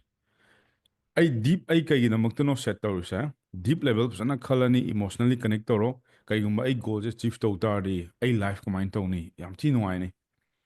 ꯑꯩ ꯐꯦꯃꯤꯂꯤ ꯀꯃꯥꯏꯅ ꯅꯨꯡꯉꯥꯏꯅꯤ ꯌꯥꯝ ꯊꯤ ꯅꯨꯡꯉꯥꯏꯅꯤ ꯑꯩ ꯋꯥꯏꯐ ꯌꯥꯝ ꯊꯤ ꯅꯨꯡꯉꯥꯏꯅꯤ ꯑꯩ ꯍꯁꯕꯦꯟ ꯑꯩꯒꯤ ꯕꯣꯏꯐ꯭ꯔꯦꯟ ꯑꯩꯒꯤ ꯒꯔꯜꯐ꯭ꯔꯦꯟ ꯃꯣꯏ ꯌꯥꯝ ꯊꯤ ꯅꯨꯡꯉꯥꯏꯅꯤ ꯀꯩꯒꯨꯝꯕ ꯑꯩꯅ ꯁꯤ ꯒꯣꯜꯁꯦ ꯆꯤꯐ ꯇꯧ ꯇꯥꯔꯒꯗꯤ ꯑꯗꯨ ꯑꯣꯏꯇꯥꯔꯒꯗꯤ ꯑꯩ ꯒꯣꯜꯁꯦ ꯀꯃꯥꯏꯅ ꯑꯃꯨꯛ ꯌꯧꯗꯣꯏꯅꯣ ꯒꯦꯝ ꯄ꯭ꯂꯥꯟ ꯁ꯭ꯇꯦꯞ ꯀꯌꯥ ꯆꯪꯉꯛꯀꯅꯤ how many steps in order to achieve this goal ꯃꯌꯥꯝ ꯃꯨꯟꯅ ꯇꯧꯀꯣ ꯁꯥꯏꯗꯅ ꯀꯦꯟꯗꯣꯏꯁꯦ ꯀꯣ ꯁꯤꯒꯤ ꯑꯩꯒꯤ ꯒꯦꯝ ꯄ꯭ꯂꯥꯟꯁꯤꯗ ꯁ꯭ꯇꯦꯞ ꯅꯝꯕꯔ 1ꯗꯩ ꯀꯩꯗꯧꯗꯣꯏꯅꯣ 2ꯗꯩ ꯀꯩꯗꯧꯗꯣꯏꯅꯣ 3ꯗꯩ ꯀꯩꯗꯧꯗꯣꯏꯅꯣ 4ꯗꯩ ꯀꯩꯗꯧꯗꯣꯏꯅꯣ 5ꯇ ꯅꯪꯒꯤ ꯒꯣꯜꯅꯦꯕ ꯀꯣ ꯁꯤ ꯎꯕ ꯉꯝꯗ꯭ꯔꯒꯗꯤ ꯅꯪ ꯆꯠꯄ ꯌꯥꯔꯣꯏ ꯁꯤꯒꯤꯁꯦ ꯑꯩꯈꯣꯏꯅ ꯀꯩ ꯀꯧꯏ this is call blueprint or road map ꯑꯩꯅ ꯍꯧꯖꯤꯛ ꯑꯩ ꯊꯥꯡꯃꯩꯕꯟꯗꯒꯤꯅ ꯑꯩ ꯃꯣꯏꯔꯥꯡꯗ ꯆꯠꯀꯦ ꯍꯥꯏꯕ ꯃꯇꯝꯗ ꯃꯥꯒꯤ ꯔꯣꯗ ꯃꯦꯞ ꯑꯃ ꯂꯩꯅꯤꯕ ꯂꯝꯕꯤꯁꯦ ꯁꯨꯃꯥꯏꯅ ꯇꯧꯏ ꯀꯤꯂꯣꯃꯤꯇꯔ ꯀꯌꯥꯝ ꯁꯥꯡꯉꯤ ꯀꯩ ꯒꯥꯔꯤ ꯁꯤꯖꯤꯟꯅꯗꯣꯏꯅꯣ ꯁꯥꯏꯀꯜꯗ ꯆꯠꯂꯒꯗꯤ ꯑꯩ ꯄꯨꯡ 3-4 ꯆꯪꯉꯅꯤ ꯑꯩꯅ ꯃꯣꯇꯣꯔ ꯁꯥꯏꯀꯜꯗ ꯆꯠ ꯇꯥꯔꯒꯗꯤ ꯂꯦꯠꯁ ꯁꯦ 1 ꯑꯋꯔꯁ ꯑꯩꯅ 4 ꯋꯤꯂꯔꯗ ꯆꯠ ꯇꯥꯔꯒꯗꯤ 1 ꯑꯋꯔꯁꯇꯨꯗꯒꯤ ꯑꯩ ꯈꯔꯃꯨꯛ ꯅꯦꯝꯊꯔꯅꯤꯕ ꯑꯗꯨꯃꯥꯏꯅ ꯇꯧꯗꯅ ꯅꯪꯒꯤ ꯒꯣꯜꯁꯦ ꯆꯠꯄ ꯃꯇꯝꯗ ꯑꯩꯈꯣꯏꯅ ꯚꯦꯍꯤꯀꯜ ꯑꯅ ꯑꯃꯈꯛ ꯆꯪꯉꯦꯕ ꯀꯣ ꯁꯤ ꯚꯦꯍꯤꯀꯜꯁꯦ ꯅꯪ ꯀꯩ ꯁꯤꯖꯤꯟꯅꯗꯣꯏꯅꯣ ꯁꯤꯁꯨ ꯈꯪꯒꯗꯧꯅꯦ ꯀꯣ this kind of education nobody gonna teach you in our state of Manipur ꯃꯣꯏꯅ ꯇꯥꯛꯇꯣꯏꯁꯦ ꯀꯩꯅꯣ ꯀ꯭ꯔꯤꯞꯇꯣ ꯇꯧꯁꯜꯂꯨ ꯁ꯭ꯇꯣꯛ ꯇꯧꯁꯜꯂꯨ ꯇ꯭ꯔꯦꯗꯤꯡ ꯇꯧꯁꯜꯂꯨ ꯑꯗꯨ ꯇꯧꯁꯜꯂꯨ ꯑꯗꯥ ꯇꯧꯁꯜꯂꯨ ꯅꯪꯁꯨ ꯈꯪꯉꯣꯕ ꯑꯩꯅ ꯀꯩꯒꯨꯝꯕ ꯁꯤꯒꯤ ꯒꯣꯜꯁꯦ ꯐꯪꯅꯕ ꯍꯣꯠꯅꯕ ꯃꯇꯝꯗ ꯁ꯭ꯇꯦꯞꯁ ꯈꯛꯇꯪꯅ ꯌꯥꯔꯛꯑꯣꯏꯕ something which is required speed ꯀꯩꯗꯧꯔ ꯍꯦꯟꯒꯠꯂꯛꯀꯅꯤ ꯀꯔꯝꯕ ꯒꯥꯔꯤ ꯁꯤꯖꯤꯟꯅꯔꯛꯀꯅꯤ ꯀꯣ ꯅꯪ ꯕꯁꯇ ꯆꯠꯀꯦꯔꯥ ꯁꯥꯏꯀꯜ ꯊꯧꯒꯦꯔꯥ ꯅꯪ ꯈꯟꯅꯤꯡꯕꯗꯤ ꯈꯜꯂꯣꯕ but every person needs ꯀꯩ ꯄꯥꯝꯃꯤ they need speed ꯄ꯭ꯂꯁ ꯀꯩꯗꯧꯔꯕ ꯃꯣꯏ ꯃꯇꯝꯁꯨ ꯁꯦꯞ ꯇꯧꯕ ꯊꯤ ꯄꯥꯝꯒꯅꯤ ꯄꯥꯝꯃꯣꯏꯗ꯭ꯔꯣ ꯑꯗꯒꯤ ꯃꯣꯏꯗ ꯀꯩꯗꯧꯕ ꯀꯟꯚꯤꯅꯦꯟ ꯑꯣꯏꯕ ꯍꯥꯏꯕ ꯑꯃꯁꯨ ꯂꯩꯌꯦꯕ ꯑꯣꯏꯔꯣꯏꯗ꯭ꯔꯣ ꯑꯗꯒꯤ ꯑꯃꯨꯛ ꯁꯤꯒꯤ ꯒꯣꯜꯁꯦ ꯐꯪꯅꯕ ꯍꯣꯠꯅꯕ ꯃꯇꯝꯗ you have to do something uncomfortable stuff ꯅꯪꯅ ꯍꯥꯟꯅ ꯇꯧꯔꯝꯃꯤꯕ ꯅꯪꯒꯤ ꯁꯤꯒꯤ ꯁ꯭ꯇꯦꯞꯁꯦ ꯅꯪ ꯑꯌꯨꯛꯀꯤ ꯄꯨꯡ 9ꯗ ꯍꯧꯒꯠꯄ 8ꯗ ꯍꯧꯒꯠꯄ ꯑꯗꯒꯤ ꯃꯌꯥꯝꯅ ꯇꯧꯅꯕ ꯊꯕꯛꯇꯨꯗꯤ ꯁꯤꯗꯗꯤ ꯌꯥꯔꯔꯣꯏ ꯁꯤꯗꯗꯤ ꯀꯩꯗꯧꯔꯛꯀꯅꯤ you have to follow the discipline and focus and consistent ꯀꯃꯤꯅ ꯃꯣꯇꯤꯚꯦꯁꯟ ꯍꯥꯏꯕ ꯋꯥꯅꯤ ꯑꯩꯒꯤ ꯑꯣꯏꯅꯗꯤ ꯗꯤꯁꯤꯄ꯭ꯂꯤꯟꯅ ꯍꯦꯟꯅ ꯂꯥꯛꯆꯔꯛꯀꯅꯤ ꯇꯨꯡ ꯀꯣꯏꯅꯗꯤ ꯀꯩꯒꯤꯅꯣ ꯗꯤꯁꯤꯄ꯭ꯂꯤꯟꯗꯗꯤ ꯅꯪ ꯅꯨꯡꯇꯤꯒꯤꯀꯣ ꯋꯥꯔꯁꯨ ꯋꯥꯅ ꯑꯗꯨꯝ ꯇꯧꯊꯈꯤꯗꯕ ꯐꯨꯜ ꯀꯟꯁꯤꯁꯇꯦꯟꯗ ꯍꯣꯏ ꯑꯗꯨ ꯅꯪꯅ ꯒꯣꯜ ꯑꯃ ꯐꯪꯅꯕ ꯍꯣꯠꯅꯕ ꯃꯇꯝꯗ ꯌꯨ ꯅꯤꯠ ꯗꯤꯁ ꯚꯦꯍꯤꯀꯜ ꯁꯤ ꯀꯥꯎꯔꯅꯣ ꯃꯌꯥꯝ ꯗꯣꯟ ꯖꯁ ꯑꯣꯟꯂꯤ ꯁꯦꯠ ꯗ ꯒꯣꯜ ꯑꯩ ꯊꯥ ꯑꯃ 8,000 ꯇꯥꯟꯕ ꯄꯥꯝꯃꯤ ꯅꯣ ꯌꯨ ꯍꯥꯞ ꯇꯨ ꯊꯤꯡ ꯇ꯭ꯋꯥꯏꯁ ꯀꯩꯒꯤꯗꯃꯛꯇꯅꯣ ꯑꯩꯅ ꯁꯤ ꯒꯣꯜ ꯁꯦꯠ ꯇꯧꯔꯤꯁꯦ ꯀꯩꯒꯨꯝꯕ ꯑꯩꯅ ꯁꯤꯒꯤ ꯒꯣꯜꯁꯦ ꯀꯩꯒꯨꯝꯕ ꯍꯦꯛ ꯐꯪꯈꯤ ꯇꯥꯔꯒꯗꯤ ꯑꯩꯒꯤ ꯂꯥꯏꯐ ꯈꯛꯇ ꯅꯠꯇꯕꯤꯗ ꯑꯩꯒꯤ ꯐꯦꯃꯤꯂꯤ ꯃꯦꯝꯕꯔꯁ ꯑꯩꯒꯤ ꯏꯆꯥ ꯑꯩꯒꯤ ꯍꯁꯕꯦꯟ ꯑꯩꯒꯤ ꯋꯥꯏꯐ ꯑꯩꯒꯤ ꯀꯤꯠꯁ ꯀꯣ ꯑꯗꯩ ꯑꯩ ꯕꯣꯏꯐ꯭ꯔꯦꯟ ꯒꯔꯜꯐ꯭ꯔꯦꯟ ꯃꯤꯄꯨꯝ ꯈꯨꯗꯤꯡꯃꯛ ꯑꯩ ꯈꯖꯤꯛꯇꯪ ꯑꯣꯏꯔꯁꯨ ꯑꯩ ꯐꯦꯃꯤꯂꯤꯗ ꯑꯩ ꯃꯣꯏ ꯃꯇꯦꯡ ꯄꯥꯡꯕ ꯉꯝꯅꯤ ꯀꯣ ꯑꯅꯤꯁꯨꯕꯗ ꯑꯃꯨꯛ ꯀꯃꯥꯏꯅ ꯇꯧꯔꯒ ꯑꯩꯒꯤ ꯁꯤꯒꯤ ꯒꯣꯜꯁꯦ ꯀꯃꯥꯏꯅ ꯑꯆꯤꯞ ꯇꯧꯒꯅꯤ ꯁ꯭ꯇꯦꯞ ꯀꯌꯥ ꯆꯪꯉꯤ ꯀꯃꯥꯏꯅ ꯆꯠꯇꯣꯏꯅꯣ ꯁ꯭ꯇꯦꯞ ꯅꯝꯕꯔ 1ꯗ ꯁꯤ ꯇꯧꯕ 2ꯗ ꯁꯤ ꯇꯧꯕ 3ꯗ ꯁꯤ ꯇꯧꯕ 4ꯗ ꯁꯤ ꯇꯧꯕ ꯍꯥꯏꯔꯒ ꯁꯨꯃꯥꯏꯅ ꯑꯗꯣ ꯃꯌꯥꯝ ꯑꯩꯁꯨ ꯁꯤꯒꯤ ꯄꯣꯠꯁꯦ ꯑꯩꯒꯤ ꯃꯦꯟꯇꯣꯔꯗꯒꯤ ꯑꯩ 2019ꯗ ꯑꯩ ꯂꯧꯔꯛꯑꯦ ꯗꯤꯁ ꯏꯁ ꯕ꯭ꯂꯨꯄ꯭ꯔꯤꯟꯠꯅꯤꯀꯣ ꯁꯤ ꯑꯩꯅ ꯁꯦꯝꯕ ꯅꯠꯇꯦ I took from my mentor Siddharth Rasekar ꯀꯣ ꯃꯥꯁꯦ ꯏꯟꯗꯤꯌꯥꯒꯤ ꯇꯣꯞ ꯀꯣꯆꯅꯤ ꯃꯉꯣꯟꯗꯒꯤ ꯑꯩ ꯕ꯭ꯂꯨꯄ꯭ꯔꯤꯟꯠ ꯂꯧꯔꯛꯑꯦ ꯀꯃꯥꯏꯅ ꯑꯩꯅ ꯄꯥꯝꯕ ꯑꯩ ꯊꯥ ꯑꯃꯗ ꯃꯇꯝꯗꯨꯗ ꯀꯣ ꯂꯥꯏꯔꯕ ꯃꯤꯗꯜ ꯀ꯭ꯂꯥꯁ ꯐꯦꯃꯤꯂꯤ ꯑꯃꯅ ꯊꯥ ꯑꯃꯗ ꯂꯨꯄꯥ 1,00,000 ꯇꯥꯟꯕ ꯍꯥꯏꯁꯦ ꯊꯤ ꯌꯥꯝꯃꯦꯕ ꯌꯥꯝ ꯊꯤ ꯌꯥꯝꯈ꯭ꯔꯖꯥꯠꯅꯤ ꯋꯦ ꯕꯦꯛ ꯏꯟ 2019 ꯑꯩ ꯒꯣꯜ ꯀꯥꯔꯠꯇꯨ ꯅꯣꯏ ꯎꯔꯝꯃꯅꯤ ꯊꯥ ꯑꯃꯗ ꯑꯩ ꯂꯨꯄꯥ 1,00,000 ꯑꯩ ꯇꯥꯟꯗꯕ ꯌꯥꯗꯦꯅ ꯑꯩ ꯒꯣꯜ ꯀꯥꯔꯠꯇ ꯏꯌꯦꯕꯀꯣ ꯀꯩꯗꯧꯔ ꯇꯥꯟꯗꯣꯏꯅꯣ ꯍꯥꯏꯌꯦꯕꯀꯣ ꯑꯩ ꯃꯇꯝꯗꯨꯗ ꯑꯩ ꯁ꯭ꯀꯤꯜꯁ ꯍꯩꯇꯦ ꯑꯩ ꯇ꯭ꯔꯥꯐꯤꯛ ꯖꯦꯅꯦꯔꯦꯁꯟ ꯑꯩ ꯇꯝꯃꯤ ꯂꯤꯗ ꯖꯦꯅꯦꯔꯦꯁꯟ ꯑꯩ ꯇꯝꯃꯤ ꯃꯤꯒꯤ ꯃꯇꯦꯡ ꯀꯃꯥꯏꯅ ꯄꯥꯡꯗꯣꯏꯅꯣ ꯑꯩ ꯐꯖꯅ ꯇꯝꯃꯤ ꯀꯣ ꯑꯩ ꯆꯍꯤ 2 ꯐꯖꯅ ꯊꯥꯗꯩ ꯀꯣ ꯐꯨꯜ ꯐꯣꯀꯁ ꯑꯩ ꯀꯔꯤꯝꯇ ꯃꯇꯝꯗꯨꯗ ꯑꯩ ꯂꯥꯡꯐꯥꯡ ꯀꯩꯝ ꯇꯧꯗꯦ ꯑꯥꯏ ꯑꯣꯟꯂꯤ ꯋꯔꯛ ꯀꯣ ꯑꯩ ꯇꯨꯝ ꯍꯧꯒꯠꯂꯛꯑꯅꯤ ꯑꯩ ꯁ꯭ꯇꯗꯤ ꯇꯧꯔꯅꯤ ꯁ꯭ꯇꯗꯤꯁꯦ ꯑꯩꯒꯤ ꯁꯤꯒꯤ ꯁꯕꯖꯦꯛꯁꯦ ꯇꯨꯝ ꯍꯧꯒꯠꯂꯛꯑꯅꯤ ꯁ꯭ꯇꯗꯤ ꯇꯧꯔꯅꯤ ꯑꯩ ꯆꯥꯛ ꯁꯨꯡꯊꯣꯡ ꯊꯣꯡꯉꯛꯇꯦ ꯀꯣ ꯑꯩ ꯅꯨꯄꯤꯁꯦ ꯌꯥꯝ ꯐꯩ ꯑꯩ ꯍꯧꯖꯤꯛ ꯒꯔꯜꯐ꯭ꯔꯦꯟ ꯋꯥꯏꯐ ꯑꯣꯏꯔꯤꯁꯦ ꯀꯣ ꯑꯩ ꯅꯣꯡꯃꯇ ꯃꯄꯥꯟ ꯊꯣꯛ ꯑꯂꯨ ꯀꯤꯂꯣ ꯑꯃ ꯂꯩꯔꯛꯇꯦ ꯍꯋꯥꯏ ꯀꯤꯂꯣ ꯑꯃ ꯂꯩꯔꯛꯇꯦ ꯑꯗꯒꯤ ꯆꯥꯕꯗꯤ ꯌꯥꯝ ꯐꯩ ꯀꯣ ꯑꯩꯅ ꯆꯥꯕ ꯕꯤꯔꯌꯥꯅꯤꯁꯦ ꯊꯤꯅ ꯆꯥꯏ ꯃꯌꯥꯝ ꯗꯦꯜꯂꯤ ꯂꯩꯔꯛꯄꯗ ꯆꯍꯤ ꯑꯃ ꯕꯤꯔꯌꯥꯅꯤ ꯆꯥꯏ ꯑꯗꯨꯏꯗꯨꯅ ꯄꯨꯛꯇꯤ ꯐꯖꯔꯦ ꯁꯨꯃꯥꯏꯅ ꯂꯥꯛꯑꯦ ꯀꯣ ꯊꯥꯎ ꯃꯌꯥꯝꯗꯣ ꯐꯖꯅ ꯆꯥꯔꯛꯑꯕꯅꯤꯅꯅꯦ ꯑꯗꯒꯤ ꯁꯤꯗꯤ ꯌꯥꯔꯔꯣꯏꯅ ꯑꯃꯨꯛ ꯖꯤꯝ ꯑꯃꯨꯛ ꯁꯥꯟꯅꯔꯦ ꯑꯗꯨꯃꯥꯏꯅ ꯇꯧꯔꯒ ꯆꯍꯤ 2ꯁꯦ ꯑꯩ ꯐꯖꯅ ꯇꯝꯃꯛꯑꯦ ꯃꯌꯥꯝ ꯑꯗꯨꯅ ꯃꯌꯥꯝꯁꯨ ꯀꯣ ꯃꯇꯝ ꯈꯔ ꯊꯥꯗꯧ ꯅꯪꯅ ꯑꯗꯨꯏꯅꯦ ꯑꯩꯅ ꯉꯔꯥꯡ ꯀꯥꯜꯀꯨꯂꯦꯁꯟ ꯇꯧ ꯍꯥꯏꯗꯣ ꯅꯪꯅ ꯄꯥꯝꯖꯔꯤꯕ ꯒꯣꯜꯗꯨꯗ ꯅꯪ ꯃꯇꯝ ꯀꯌꯥꯝ ꯊꯥꯗ ꯉꯝꯒꯦ ꯍꯥꯏꯁꯦ ꯄꯨꯡ 12ꯗ ꯄꯨꯡ 2ꯈꯛ ꯊꯥꯗ ꯀꯃꯥꯏꯅ ꯌꯥꯗꯣꯏꯅꯣ ꯃꯌꯥꯝꯅꯗꯤ ꯁꯤ ꯁꯣꯛ ꯍꯣꯠꯇꯕꯅꯦꯕ ꯃꯩꯇꯩ ꯃꯆꯥ ꯑꯝꯇꯗ ꯍꯪꯉꯨꯅꯦ ꯅꯪ ꯅꯣꯡꯃꯗ ꯄꯨꯡ ꯀꯌꯥ ꯇꯨꯝꯒꯦ ꯀꯥꯜꯀꯨꯂꯦꯠ ꯑꯃ ꯇꯧꯍꯜꯂꯣ ꯆꯥꯕꯗ ꯅꯪ ꯄꯨꯡ ꯀꯌꯥ ꯁ꯭ꯄꯦꯟ ꯇꯧꯏ ꯏꯔꯨꯖꯕꯗ ꯀꯣꯏꯕꯗ ꯑꯣꯐꯤꯁꯇ ꯃꯇꯝ ꯀꯌꯥ ꯍꯜꯂꯛꯄꯗꯩ ꯋꯥꯔꯅꯤ ꯋꯥꯕꯗꯤ ꯀꯩꯗꯧꯔꯦ ꯅꯪꯉꯣꯟꯗ ꯐꯪꯉꯤ ꯄꯨꯡꯁꯦ ꯄꯨꯡ 1-2ꯈꯛ ꯐꯪꯕꯅꯦ ꯁꯤꯗꯅꯤ ꯃꯌꯥꯝꯗꯣ ꯑꯁ ꯑꯩꯗꯤ ꯌꯥꯝ ꯀꯟꯅ ꯍꯣꯠꯅꯩ ꯁꯨꯐꯪ ꯐꯪꯗꯦ ꯃꯋꯥ ꯂꯧꯔꯨꯅꯣ ꯀꯩꯒꯤꯅꯣ ꯁꯤ ꯍꯣꯜꯂꯛꯄ ꯃꯇꯝꯗꯅꯦ ꯃꯇꯝꯁꯦ ꯃꯉꯣꯟꯗ ꯑꯩ ꯁꯨꯃꯥꯏꯅ ꯇꯧꯕ꯭ꯔꯥ ꯅꯣꯏꯗꯤ ꯉꯔꯥꯡ ꯈꯪꯈ꯭ꯔꯦꯗꯅ ꯈꯪꯗꯕ ꯗꯃꯥ ꯑꯃ ꯂꯩꯔꯝꯒꯅꯤ ꯍꯧꯖꯤꯛ ꯐꯦꯁꯕꯨꯛꯁꯤꯗ ꯃꯥꯡꯉꯤꯕ ꯔꯤꯜꯁꯁꯤꯗ ꯃꯥꯡꯉꯤꯕ ꯃꯥꯏ ꯐ꯭ꯔꯦꯟ ꯊꯤ ꯃꯥꯡꯕꯅꯤ ꯀꯣ ꯑꯗꯨꯅ ꯇꯨꯝ ꯍꯧꯒꯠꯂꯛꯄꯗꯒꯤ ꯀꯣ ꯑꯩ ꯃꯇꯝꯗꯨ ꯇꯧꯔꯛꯄꯁꯦ ꯇꯨꯝ ꯍꯧꯒꯠꯂꯛꯑꯅꯤ ꯄꯥꯔꯅꯤ ꯆꯥꯔꯅꯤ ꯄꯥꯔꯅꯤ ꯇꯨꯝꯃꯅꯤ ꯄꯥꯔꯅꯤ ꯑꯩ ꯁꯨꯃꯥꯏꯅ ꯇꯧꯔꯛꯈꯤ ꯍꯟꯖꯟ ꯑꯗꯨꯅ ꯑꯩ ꯋꯥꯏꯐꯇꯣ ꯂꯧꯗ꯭ꯔꯒꯗꯤ ꯍꯥꯠꯇꯣꯔꯦꯕ ꯅꯠꯇ꯭ꯔꯥ ꯃꯥ ꯐꯖꯅ ꯀꯩꯅꯣ ꯇꯧꯕꯤꯔꯦ ꯀꯤꯌꯔ ꯇꯧꯕꯤꯔꯦ ꯑꯗꯣ ꯌꯥꯝ ꯋꯥꯅ ꯍꯣꯠꯅꯔꯛꯈꯤ ꯃꯇꯝꯗꯨꯗꯗꯤ ꯁꯣ ꯁꯤꯁꯤꯃ ꯑꯗꯨ ꯚꯦꯍꯤꯀꯜꯁꯤꯅ ꯀꯩꯅꯣ ꯅꯪꯒꯤ ꯃꯅꯤꯡꯗ ꯀꯣ ꯅꯪꯒꯤ ꯒꯣꯜꯁꯤꯕꯨ ꯐꯪꯅꯕ ꯍꯥꯏꯇꯥꯔꯦꯅꯦ ꯁꯤ ꯚꯦꯍꯤꯀꯜꯁꯦ ꯅꯪꯒꯤ ꯁ꯭ꯀꯤꯜꯁꯅꯦꯕ ꯄ꯭ꯂꯁ ꯌꯣꯔ ꯅꯣꯂꯦꯖ ꯅꯪꯅ ꯍꯧꯖꯤꯛ ꯇꯝꯖꯩꯗꯣ you need to master one skill set ꯀꯣ ꯋꯥꯟ ꯁ꯭ꯀꯤꯜ ꯁꯦꯠ ꯂꯣꯏ ꯍꯩꯇ꯭ꯔꯁꯨ ꯌꯥꯏꯑꯕ ꯑꯃꯈꯛꯇꯪ ꯍꯩꯌꯣ ꯑꯃꯈꯛꯇꯪ ꯀꯣ you'll make 1 crore in 4 to 5 years. I can pretty much sure. You need to master one skill set. ꯂꯣꯏꯅꯃꯛ ꯍꯩꯇ꯭ꯔꯁꯨ ꯌꯥꯏꯑꯕ ꯅꯪꯅ ꯍꯩꯖꯔꯤꯕ ꯍꯤꯔꯝꯗꯣ ꯑꯗꯨꯗ ꯐꯖꯅ ꯃꯥꯁꯇꯔ ꯇꯧ ꯍꯥꯏꯌꯣ you are good to go. Problem ꯁꯣꯜꯕ ꯇꯧꯕ ꯊꯤ ꯍꯩꯔꯛꯑꯗꯧꯅꯦ ꯍꯧꯔꯛꯄ ꯃꯇꯝꯗ ꯀꯃꯥꯏꯅ ꯂꯣꯏ ꯍꯩꯗꯣꯏꯅꯣ ꯑꯃꯈꯛꯇꯪ ꯍꯩꯌꯣ ꯐꯅꯦꯜ ꯍꯥꯏꯔꯅ ꯌꯦꯁ ꯐꯅꯦꯜ ꯇ꯭ꯔꯥꯐꯤꯛ ꯍꯥꯏꯔꯅ ꯇ꯭ꯔꯥꯐꯤꯛ ꯂꯤꯗ ꯖꯦꯅꯔꯦꯁꯟ ꯑꯗꯒꯤ ꯑꯣꯇꯣꯃꯦꯁꯟ ꯍꯥꯏꯔꯅ ꯑꯣꯇꯣꯃꯦꯁꯟ ꯑꯦꯗꯚꯔꯇꯤꯁꯃꯦꯟ ꯍꯥꯏꯔꯅ ꯑꯦꯗꯚꯔꯇꯤꯁꯃꯦꯟ ꯑꯗꯒꯤ ꯃꯅꯤꯄꯨꯔꯒꯤ ꯕꯤꯖꯤꯅꯦꯁ ꯑꯣꯅꯔꯅ ꯍꯌꯦꯡꯋꯥꯏꯅꯦ ꯃꯥꯔꯀꯦꯇꯤꯡꯗꯅꯦ ꯃꯣꯏꯅ ꯁꯤꯗꯣꯏꯁꯦ ꯄ꯭ꯔꯗꯛꯇꯤ ꯂꯣꯏ ꯁꯥ ꯍꯩꯅꯤ ꯌꯣꯟꯕ ꯉꯝꯃꯔꯣꯏ That's why they need more marketers in the state of Manipur. ꯑꯩꯈꯣꯏ ꯃꯅꯤꯄꯨꯔ ꯌꯥꯝ ꯄꯤꯛꯏ ꯑꯗꯨꯒ ꯁꯤꯗꯩꯁꯤꯗ ꯀꯣ ꯑꯩꯅ ꯆꯍꯤ 9 ꯆꯪꯈꯤꯕ ꯋꯥꯅꯦꯕ ꯑꯗꯣ ꯑꯩꯒꯤ ꯁꯥꯇ꯭ꯔꯗ ꯑꯩ ꯆꯍꯤ 3 ꯅꯠꯇ꯭ꯔꯒ ꯆꯍꯤ 5 ꯃꯅꯨꯡꯗ ꯑꯩ ꯃꯣꯏ 1 crore ꯍꯤꯠ ꯇꯧꯅꯕ ꯑꯩ ꯂꯝꯕꯤ ꯄꯤꯅꯤꯕ ꯀꯩꯒꯤꯅꯣ I already went through this ꯀꯣ ꯍꯧꯖꯤꯛ ꯆꯍꯤ ꯑꯃꯗ 1 crore ꯇꯥꯟꯕ it's very easy. If you have 6 international clients, Manipurdagi nang if you earn like 60-70 lakhs per year, pretty easy. Ko Manipurdadi 8 crore yaudri, but international ga combine torokanda 1 crore yam line tale. Pick kraba Manipurida chahi mada 70 lakhs generate tawba haise aduju yumdai thawk tawrina ai samte invest tawna te. ꯑꯗꯨ ꯑꯣꯏꯇꯥꯔꯒꯗꯤ ꯃꯌꯥꯝꯁꯨ ꯁꯤꯗ ꯂꯩꯕꯤꯔꯤꯁꯦ ꯑꯩ ꯌꯨꯝꯗ ꯂꯩ office ꯂꯩꯇꯦ ꯅꯪꯅ ꯍꯧꯖꯤꯛ ꯄꯩꯁꯥ ꯇꯥꯟ ꯉꯝꯗ꯭ꯔꯤꯁꯦ you are not doing ꯀꯩ ꯑꯣꯏꯔꯝꯗꯧ ꯃꯥꯜꯂꯦ ꯄꯨꯟꯁꯤꯗ ꯆꯦꯟꯖ ꯇꯧꯒꯦ ꯍꯥꯏ ꯇꯥꯔꯗꯤ you need to do some uncomfortable stuff ꯅꯣꯏ ꯁꯨꯝ ꯍꯩꯅꯕꯤ ꯊꯕꯛꯇ ꯑꯗꯨꯝ ꯇꯧꯔꯝꯃꯅꯤꯕ ꯅꯨꯡꯇꯤꯒꯤ ꯁꯨꯝ ꯇꯧꯔ ꯂꯥꯛꯄꯗꯣ ꯑꯗꯨꯅꯤ ꯀꯃꯥꯏꯅ ꯆꯦꯟꯖ ꯇꯧꯗꯣꯏꯅꯣ ꯇꯨꯝ ꯍꯧꯒꯠꯂꯛꯑꯅꯤ ꯕ꯭ꯔꯦꯛꯐꯥꯁ ꯇꯧꯊꯣꯛꯑꯅꯤ ꯏꯟꯁꯇꯥꯒ꯭ꯔꯥꯝ ꯇ꯭ꯔꯛ ꯂꯥꯎ ꯌꯦꯡꯊꯣꯛꯑꯅꯤ ꯐꯦꯁꯕꯨꯛ ꯑꯃꯨꯛ ꯇ꯭ꯔꯛ ꯂꯥꯎ ꯌꯦꯡꯊꯣꯛꯑꯅꯤ ꯑꯗꯩ ꯑꯃꯨꯛ ꯈꯕꯔ ꯋꯥꯊꯤ ꯋꯥꯔꯦꯡ ꯈꯔ ꯇꯧꯊꯣꯛꯑꯅꯤ ꯑꯗꯩ ꯆꯥꯛ ꯂꯣꯏꯕ ꯉꯥꯏꯁꯤꯜꯂꯅꯤ ꯀꯣ ꯑꯗꯩ ꯃꯣꯏ ꯏꯟꯁꯇꯥꯒ꯭ꯔꯥꯝ ꯑꯃꯨꯛ ꯗꯛ ꯂꯥꯎ ꯌꯦꯡꯁꯤꯟꯈ꯭ꯔꯅꯤ ꯑꯗꯩ ꯆꯥꯛ ꯆꯥꯕ ꯂꯣꯏꯔꯅꯤ ꯑꯗꯒꯤ ꯑꯃꯨꯛ ꯈꯪꯗꯦ ꯃꯌꯥꯝ ꯀꯣ ꯑꯗꯨꯅꯗꯤ ꯌꯥꯔꯣꯏ ꯇꯨꯝ ꯍꯧꯒꯠꯂꯦ ꯂꯥꯏꯔꯤꯛ ꯄꯥꯔꯣ ꯑꯗꯩ ꯇꯨꯝꯗ ꯑꯣꯏꯔꯣ ꯂꯥꯏꯔꯤꯛ ꯄꯥꯔꯣ ꯅꯨꯡꯊꯤꯟ ꯑꯣꯏꯔో ꯂꯥꯏꯔꯤꯛ ꯄꯥꯔꯣ ꯀꯣ ꯁꯨꯃꯥꯏꯅ ꯇꯧꯍꯟꯅꯤꯡꯉꯤ ꯁꯤꯒꯤ ꯑꯍꯥꯟꯕꯒꯤ ones. If you guys are clear, type on the comment. I am with you and I am W and 이슬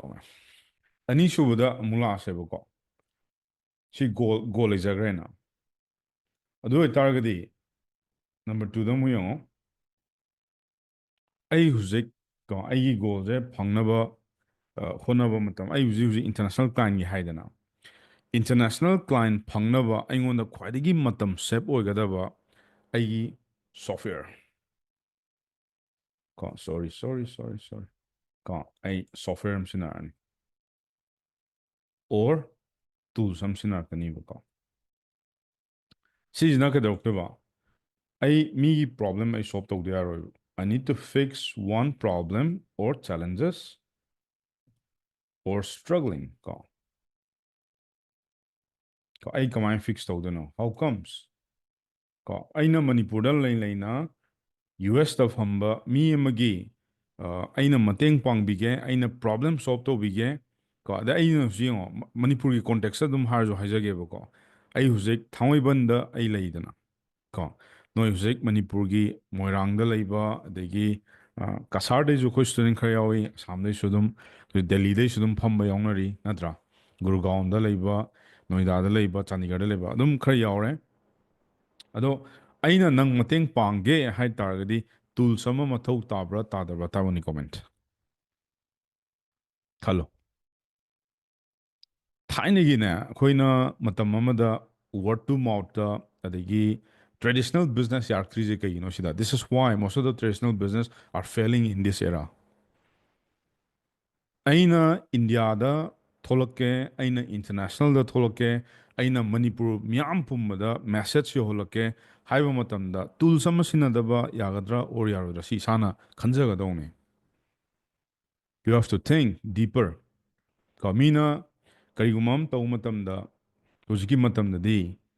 U need to give more awareness ꯑꯩꯈꯣꯏ ꯃꯅꯤꯄꯨꯔꯁꯦ ꯌꯥꯝ ꯄꯤꯛꯄꯅꯤꯅꯅꯦ ꯃꯅꯤꯄꯨꯔꯗ ꯂꯩꯔꯤꯕ ꯃꯤ ꯈꯨꯗꯤꯡꯃꯛꯁꯦ ꯌꯧꯍꯟꯕ ꯌꯥꯝ ꯊꯤ ꯃꯊꯧ ꯇꯥꯏ ꯑꯩꯒꯤ ꯂꯩꯀꯥꯏꯗꯨꯗ ꯁꯨꯝ ꯕꯦꯀꯔꯤ ꯑꯃ ꯐꯝꯃꯒ ꯀꯦꯛ ꯃꯆꯥ ꯑꯃ ꯁꯥꯕꯗꯨꯅꯗꯤ ꯍꯧꯖꯤꯛꯀꯤ ꯃꯇꯝꯗ ꯌꯥꯔꯣꯏꯀꯣ ꯗꯦ ꯋꯤꯜ ꯐꯦꯜ ꯗꯦ ꯋꯤꯜ ꯁ꯭ꯇ꯭ꯔꯒ꯭ꯂꯤꯡ ꯀꯩꯒꯤꯅꯣ ꯃꯥꯅ ꯌꯣꯟꯗꯣꯏꯁꯤꯅꯅꯦ ꯃꯥꯏ ꯈꯪꯅ ꯆꯥꯟꯅꯕ ꯈꯔꯗ ꯑꯗꯒꯤ ꯃꯥꯏ ꯃꯔꯨꯞ ꯃꯄꯥꯡ ꯈꯔꯗ ꯂꯩꯀꯥꯏꯒꯤ ꯀꯔꯤꯒꯤ ꯀꯔꯥꯒꯤ ꯑꯗꯨꯝꯕ ꯈꯔ ꯂꯥꯛꯇꯧ ꯉꯥꯏꯔꯦ ꯃꯣꯏꯔꯥꯡꯗ ꯂꯩꯕ ꯃꯤ ꯑꯃꯅ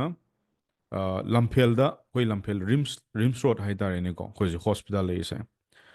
ꯃꯣꯏꯔꯥꯡꯗ ꯂꯩꯕ ꯃꯤ ꯑꯃꯅ ꯔꯤꯝꯁꯇ ꯂꯥꯛꯑꯒ ꯃꯥꯏ ꯀꯦꯛꯇꯨ ꯂꯩꯔꯣꯏꯕ ꯀꯩꯁꯨ ꯂꯩꯒꯗ꯭ꯔꯥꯅꯦ ꯚꯔꯥꯗ ꯌꯧꯔꯅꯤ ꯂꯥꯏꯟꯗ ꯂꯥꯛꯑꯒꯗꯤꯁꯨ ꯈꯪꯗ꯭ꯔꯦ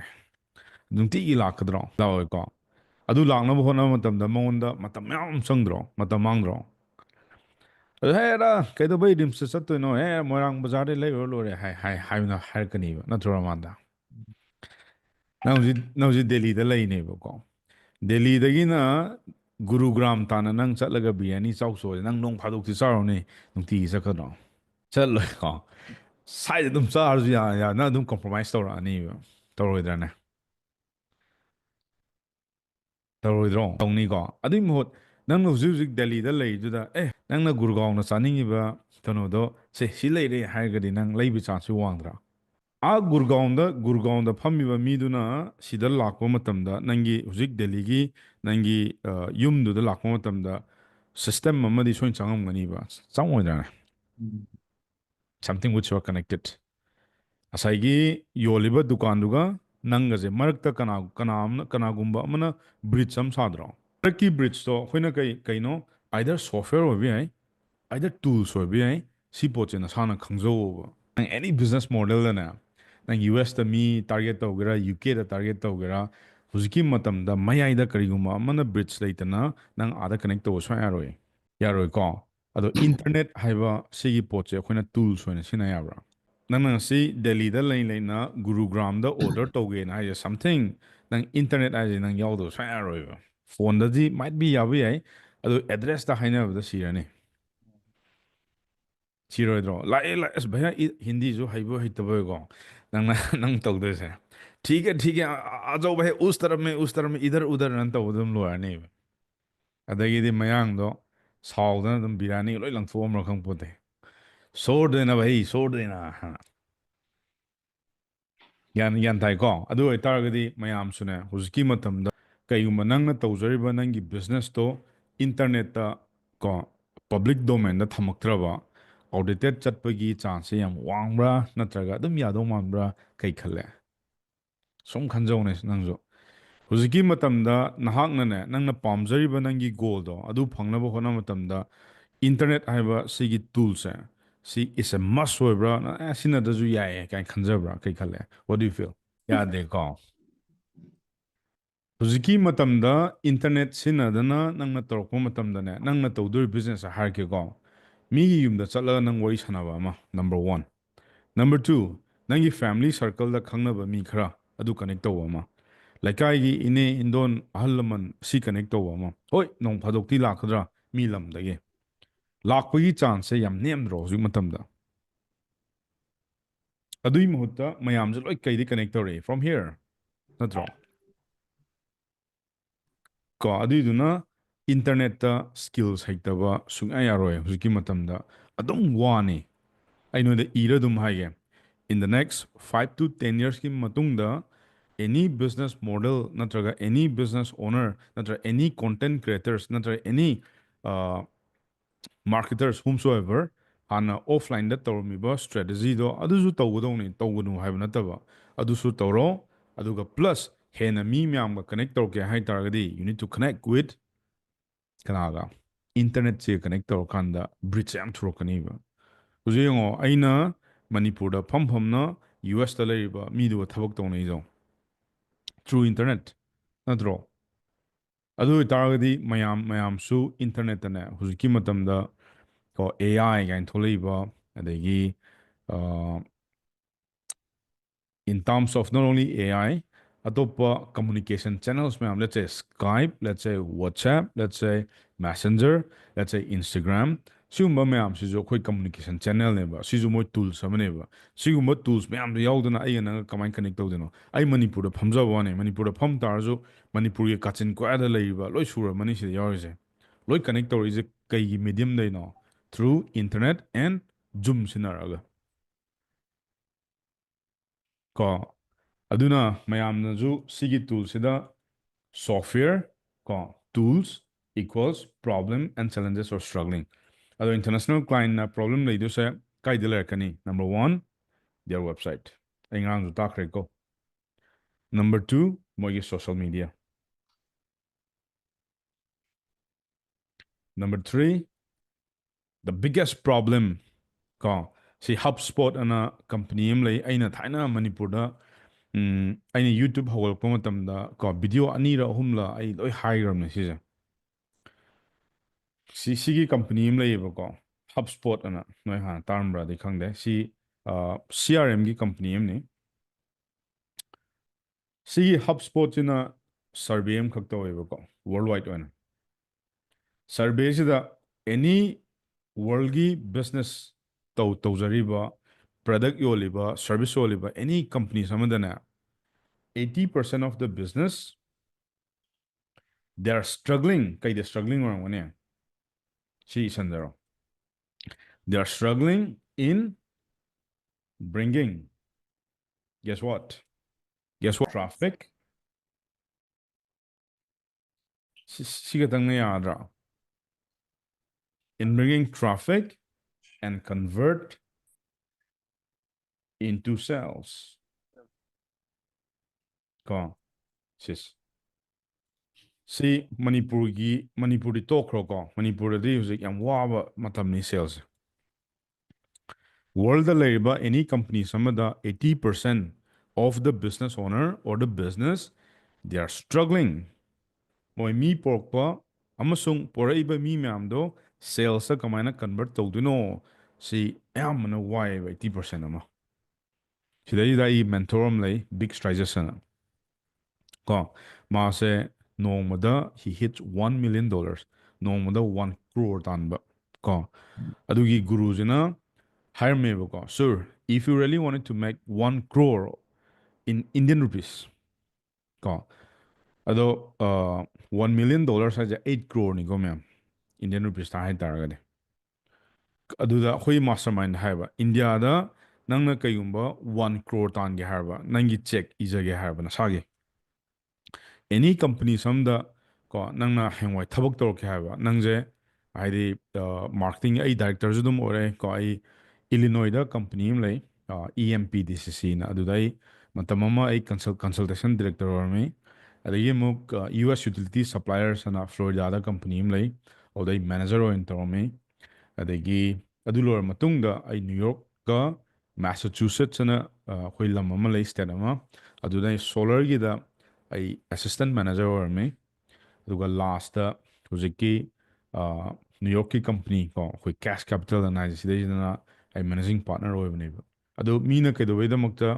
pam ino hamadam ai mentor na haibirame ko sir if you understand this remember this sentence very carefully. I mentor na haramba wahi do ngasi no da haram ge ko. Manipuri do harage me. Mako. Punsi da kayuma nangna mi pork pa hiraba. ꯀꯣ ꯑꯗꯨꯒ ꯄꯣꯔꯛꯏꯕ ꯃꯤ ꯃꯌꯥꯝꯗꯣ ꯅꯪꯅ sales ꯇꯧꯕ ꯉꯝꯃꯕ this is the number one skill set any business ꯇꯧꯖꯔꯤꯕ ꯃꯤ ꯑꯃ ꯑꯣꯏꯁꯅꯨ ꯀꯣ employee ꯑꯣꯏꯁꯅꯨ ꯀꯣ ꯅꯪ ꯄꯨꯟꯁꯤꯗ ꯄꯩꯁꯥ ꯋꯥꯔꯣꯏꯗꯧꯅꯤ ꯑꯗꯨꯒ ꯅꯪꯒꯤ ꯆꯦꯛꯁꯨꯅꯦ ꯅꯪ ꯏꯕ ꯉꯝꯃꯗꯧꯅꯦ ꯍꯥꯏꯌꯦ ꯌꯥꯝ ꯉꯝꯁꯨ ꯉꯝꯃꯤꯀꯣ ꯍꯧꯖꯤꯛ ꯑꯩ ꯑꯦꯅꯤ ꯕꯤꯖꯤꯅꯦꯁ ꯃꯣꯗꯦꯜ ꯑꯃ ꯇꯧꯕ ꯃꯇꯝꯗ ꯃꯅꯤꯄꯨꯔꯗ ꯑꯣꯏꯇꯥꯔꯒꯗꯤ ꯀꯣ ꯑꯦꯅꯤ ꯀꯝꯄꯅꯤꯁ ꯑꯃꯅ ꯍꯧꯖꯤꯛ 50 lakhsꯀꯤ ꯃꯊꯛꯇ ꯍꯤꯠ ꯇꯧ ꯇꯥꯔꯒꯗꯤ ꯀꯣ ꯑꯥꯛꯁꯨꯔꯒ ꯄ꯭ꯔꯣꯖꯦꯛ ꯇꯧꯕ ꯌꯥꯅꯤ ꯑꯩꯈꯣꯏꯁꯨ ꯁ꯭ꯇꯦꯟꯗꯔꯠ ꯂꯩꯌꯦꯕꯀꯣ ꯑꯩ ꯀꯝꯄꯅꯤꯁ ꯃꯌꯥꯝꯒ ꯊꯕꯛ ꯇꯧꯃꯤꯟꯅꯗꯦ ꯃꯅꯤꯄꯨꯔꯗ ꯑꯗꯨꯅ ꯑꯩ ꯇꯥꯛꯏꯁꯤꯅꯦ ꯑꯗꯨꯒ ꯑꯩꯈꯣꯏꯒ ꯇꯧꯃꯤꯟꯅꯒꯦ ꯍꯥꯏ ꯇꯥꯔꯒꯗꯤ ꯀꯝꯄꯅꯤꯁꯇꯣ ꯃꯤꯅꯤꯃꯝꯗ ꯆꯍꯤ ꯑꯃꯗ ꯃꯥ 50 lakhsꯀꯤ ꯑꯕꯞ ꯁꯦꯜꯁ ꯔꯦꯚꯤꯅ꯭ꯌꯨ ꯇꯧꯒꯗꯕ ꯅꯠꯇ꯭ꯔꯗꯤ ꯃꯥ ꯏꯟꯚꯦꯁ ꯇꯧ ꯉꯝꯃꯣꯏ ꯄꯩꯁꯥ ꯆꯪꯉꯦ ꯑꯗꯨꯒ ꯁꯤꯗꯩꯁꯤꯗ ꯅꯝꯕꯔ ꯋꯥꯟ ꯁ꯭ꯀꯤꯜ ꯁꯦꯠ ꯑꯃ ꯍꯥꯏꯔꯝꯃꯤ ꯀꯣ ꯁꯤꯒꯤ ꯇ꯭ꯔꯥꯐꯤꯛ ꯑꯦꯟ ꯁꯦꯜꯁ ꯀꯟꯚꯔꯖꯟ ꯍꯥꯏꯁꯦ nothing else traffic and sales conversion ꯁꯤꯅꯤ ꯍꯧꯖꯤꯛ ꯑꯩꯈꯣꯏꯅ ꯑꯩꯒꯤ 90x ꯑꯅ ꯑꯃ ꯆꯦꯂꯦꯟꯖ ꯑꯃ ꯂꯩ ꯀꯣ ꯁꯤꯗꯩꯁꯤꯗ ꯍꯧꯖꯤꯛ ꯑꯩꯈꯣꯏꯒꯤ ꯁꯤ ꯃꯤꯄꯨꯝ ꯈꯨꯗꯤꯡꯃꯛꯅ ꯌꯥꯎꯕ ꯌꯥꯔꯣꯏ if you are not qualified you can't join this basic ꯈꯪꯗꯅ ꯁꯤꯗ ꯂꯥꯛꯄ ꯌꯥꯔꯣꯏ this is expensive ꯁꯤꯅ ꯀꯩꯗꯧꯏ ꯀꯣ ꯅꯪ ꯍꯧꯖꯤꯛꯅꯦ ꯑꯦꯅꯤ ꯌꯨ ꯀꯦꯗ ꯂꯩꯕ ꯀꯝꯄꯅꯤꯁ ꯑꯃ ꯍꯥꯏꯔꯁꯦꯕꯀꯣ ꯂꯦꯠꯁꯦ ꯂꯟꯗꯟꯗ ꯂꯩꯕ ꯀꯝꯄꯅꯤꯁ ꯑꯃ ꯍꯥꯏꯔꯁꯦꯕ ꯑꯩ ꯅꯣꯏꯒꯤ ꯇ꯭ꯔꯥꯐꯤꯛ ꯄꯨꯕꯤꯔꯛꯀꯦ ꯑꯗꯨꯒ ꯄꯨꯔꯛꯏꯕ ꯇ꯭ꯔꯥꯐꯤꯛꯇ ꯁꯦꯜꯁ ꯇꯧꯕꯤꯒꯦ ꯍꯥꯏꯕ ꯃꯇꯝꯗ ꯀꯝꯄꯅꯤ ꯃꯄꯨꯅ ꯍꯨꯁꯦ we don't like it ꯍꯥꯏꯒꯗ꯭ꯔꯕ ꯍꯥꯏꯔꯣꯏꯀꯣ ꯑꯗꯣ ꯅꯣꯏꯁꯨ ꯌꯦꯡꯖꯧꯕ ꯅꯪ ꯑꯦꯅꯤ ꯕꯤꯖꯤꯅꯦꯁ ꯃꯣꯗꯦꯜꯗ ꯑꯦꯄ꯭ꯂꯥꯏ ꯇꯧ ꯑꯦꯅꯤ ꯕꯤꯖꯤꯅꯦꯁꯇ ꯀꯁꯇꯃꯔ ꯌꯥꯎꯗꯅ ꯍꯤꯡꯕꯁꯤꯕꯨ ꯀꯅꯥꯅꯣ ꯑꯗꯨ ꯑꯣꯏꯇꯥꯔꯗꯤ ꯆꯦꯔꯤꯇꯤ ꯑꯣꯏꯇꯥꯕ ꯁꯦꯜꯁ ꯌꯥꯎꯗꯅ ꯀꯁꯇꯃꯔ ꯁꯦꯜꯁ ꯌꯥꯎꯗꯅ ꯅꯪ ꯀꯃꯥꯏꯅ ꯀꯝꯄꯅꯤꯒꯤ ꯔꯦꯚꯤꯅ꯭ꯌू ꯀꯃꯥꯏꯅ ꯖꯦꯅꯦꯔꯦꯠ ꯇꯧꯗꯣꯏꯅꯣ ꯌꯥꯒꯗ꯭ꯔꯣ Traffic and sales conversion is the number one skill set any entrepreneur or business owners you guys need to master this so that you can write your own check. Lupa taray check iyodi hairoi. Ko. Beng na dum adudi kaidrasu yani ay wallet dum lawro. Hairoi Similar. Ko. Aduna mayamzu hengwai mayamna sigi software and tools talk matamda ꯁꯤꯗꯩꯁꯤꯗ related ꯑꯣꯏꯕ software and tools ꯁꯤꯖꯤꯟꯅꯧꯕ ꯑꯩꯅ ꯁꯤꯖꯤꯟꯅꯕ ꯇ꯭ꯔꯥꯐꯤꯛꯁꯤꯗꯤ ꯉꯔꯥꯡ ꯑꯩꯅ software ꯑꯃ ꯄꯤꯕꯗꯣ we call as Uber Suggest ꯄꯤꯗ꯭ꯔꯥ ꯁꯤꯗ ꯁꯤꯒꯤ Uber Suggestꯁꯤꯅ ꯅꯪꯉꯣꯟꯗ ꯀꯩꯀꯩ ꯇꯥꯛꯏ ꯅꯝꯕꯔ ꯋꯥꯟ ꯃꯥꯒꯤ ꯋꯦꯕꯁꯥꯏꯠꯇ ꯇ꯭ꯔꯥꯐꯤꯛ ꯀꯌꯥꯝ ꯂꯥꯛꯏ ꯅꯝꯕꯔ ꯇꯨ ꯃꯥꯒꯤ ꯁꯣꯁꯤꯌꯦꯜ ꯃꯤꯗꯤꯌꯥꯁꯦ ꯀꯃꯥꯏꯅ ꯏꯝꯄ꯭ꯔꯨꯚ ꯑꯣꯏꯔꯛꯀꯅꯤ ꯃꯥ ꯍꯧꯖꯤꯛ ꯀꯗꯥꯏꯗ ꯁꯣꯏ ꯀꯣ ꯅꯝꯕꯔ ꯊ꯭ꯔꯤ ꯀꯔꯤ ꯀꯤꯋꯔꯗ ꯁꯤꯖꯤꯟꯅꯅꯤ in order to rank higher in the Google Number 4 ꯀꯔꯝꯕ ꯀꯣꯟꯇꯦꯟ ꯁꯦꯝꯃꯒ ꯃꯥꯒꯤ ꯀꯝꯄꯤꯇꯔꯁ ꯃꯌꯥꯝꯗꯒꯤ ꯇꯣꯞꯇ ꯂꯩꯔꯛꯀꯅꯤ ꯀꯣꯟꯇꯦꯟ ꯁꯦꯝꯃꯦꯅ ꯄꯪꯁꯦꯝꯅ ꯁꯦꯝꯕ ꯅꯠꯇꯕ ꯀꯣ ꯑꯩꯒꯤ ꯑꯣꯗꯤꯌꯟꯁ ꯃꯌꯥꯝꯅ ꯁꯦꯝꯃꯤꯕ ꯀꯣꯟꯇꯦꯟꯁꯤꯗ ꯄꯥꯝꯃꯛꯀꯗ꯭ꯔꯥ ꯁꯤꯒꯤ ꯒ꯭ꯔꯥꯐ ꯑꯃ ꯍꯥꯟꯅ ꯌꯦꯡꯉ ꯁꯦꯝꯒꯗꯕ otherwise you're just getting views and you'll make zero money ꯁꯤꯗ ꯅꯪ ꯊꯦꯡꯅꯗꯣꯏꯁꯦ ꯃꯌꯥꯝ ꯃꯆꯥ ꯑꯦꯗꯚꯔꯇꯤꯁꯃꯦꯟ ꯈꯔ ꯊꯦꯡꯅꯒꯗ꯭ꯔꯥ ꯑꯗꯩ ꯃꯩꯇꯩꯒꯤ ꯂꯨꯄꯥ 5,000 6,000 ꯁꯨꯝꯕ ꯈꯔ ꯊꯦꯡꯅꯒꯗ꯭ꯔꯥ that's it ꯑꯗꯨ ꯅꯪꯒꯤ ꯌꯨꯇ꯭ꯌꯨꯕꯀꯤ ꯚꯤꯗꯤꯑꯣꯁ ꯑꯃꯗꯒꯤ if you are earning let's say 50 lakhs and 1 lakh ꯇꯥꯟ ꯇꯥꯔꯒꯗꯤ why you need advertising ꯀꯣ ꯑꯗꯨꯅ ꯑꯩ ꯃꯅꯤꯄꯨꯔꯗ ꯄꯩꯁꯥ ꯑꯃ ꯄꯨꯊꯣꯛꯇꯕꯤꯗ ꯑꯩ ꯑꯦꯗꯚꯔꯇꯥꯏꯖꯤꯡ ꯇꯧꯔꯤꯁꯦ ꯀꯩꯒꯤꯅꯣ I know my client my customer ꯃꯣꯏꯅ ꯀꯩ ꯄꯥꯝꯃꯤꯗꯣ ꯑꯩ ꯈꯪꯉꯦ ꯃꯅꯤꯄꯨꯔꯗ ꯂꯩꯔꯤꯕ ꯃꯤꯄꯨꯝ ꯈꯨꯗꯤꯡꯃꯛ ꯑꯥꯁꯨꯔꯒꯤ ꯀꯁꯇꯃꯔ ꯅꯠꯇꯦ ꯀꯩꯗꯧꯕꯩꯗꯃꯛꯇ ꯃꯅꯤꯄꯨꯔꯗ ꯂꯩꯔꯤꯕ ꯃꯤ ꯃꯌꯥꯝꯅ ꯅꯪꯒꯤ ꯚ꯭ꯌꯨꯁꯇ ꯂꯥꯈ 3-4 ꯌꯦꯡꯉꯛꯑꯒ ꯂꯨꯄꯥ 50,000 ꯇꯥꯟꯕꯩ ꯊꯕꯛꯇꯨꯗꯤ ꯑꯩ ꯄꯥꯝꯗꯦꯕ ꯑꯗꯨꯒꯤ ꯃꯍꯨꯠꯇ ꯑꯩ ꯀꯟꯇ꯭ꯔꯣꯜ ꯇꯧꯕ ꯄꯥꯝꯃꯦꯕ I wanted to control my followers I wanted to control my customer ꯑꯩꯒꯤ ꯐꯣꯂꯣꯋꯔꯁ ꯃꯌꯥꯝꯗꯨꯗꯤ ꯑꯩꯅ ꯂꯣꯏ ꯀꯟꯇ꯭ꯔꯣꯜ ꯇꯧꯕ ꯉꯝꯃꯣꯏꯕ ꯌꯨꯇ꯭ꯌꯨꯕꯀꯤ ꯃꯍꯨꯠꯇ ꯂꯩꯌꯦꯕ ꯕꯠ ꯑꯩꯒꯤ ꯀꯁꯇꯃꯔꯗꯨꯗꯤ ꯀꯟꯇ꯭ꯔꯣꯜ ꯇꯧꯕ ꯉꯝꯒꯗ꯭ꯔꯥ ꯉꯝꯃꯣꯏꯗ꯭ꯔꯥ ꯉꯝꯅꯤ ꯑꯗꯣ ꯕꯤꯖꯤꯅꯦꯁ ꯇꯧꯕ ꯃꯇꯝꯗ ꯀꯟꯇ꯭ꯔꯣꯜ ꯇꯧꯕ ꯉꯝꯗ꯭ꯔꯒꯗꯤ ꯅꯣꯡꯃ ꯁꯤꯕ ꯃꯇꯝꯗ ꯂꯣꯏ ꯁꯤꯃꯤꯟꯅꯔꯣꯏꯗ꯭ꯔꯥ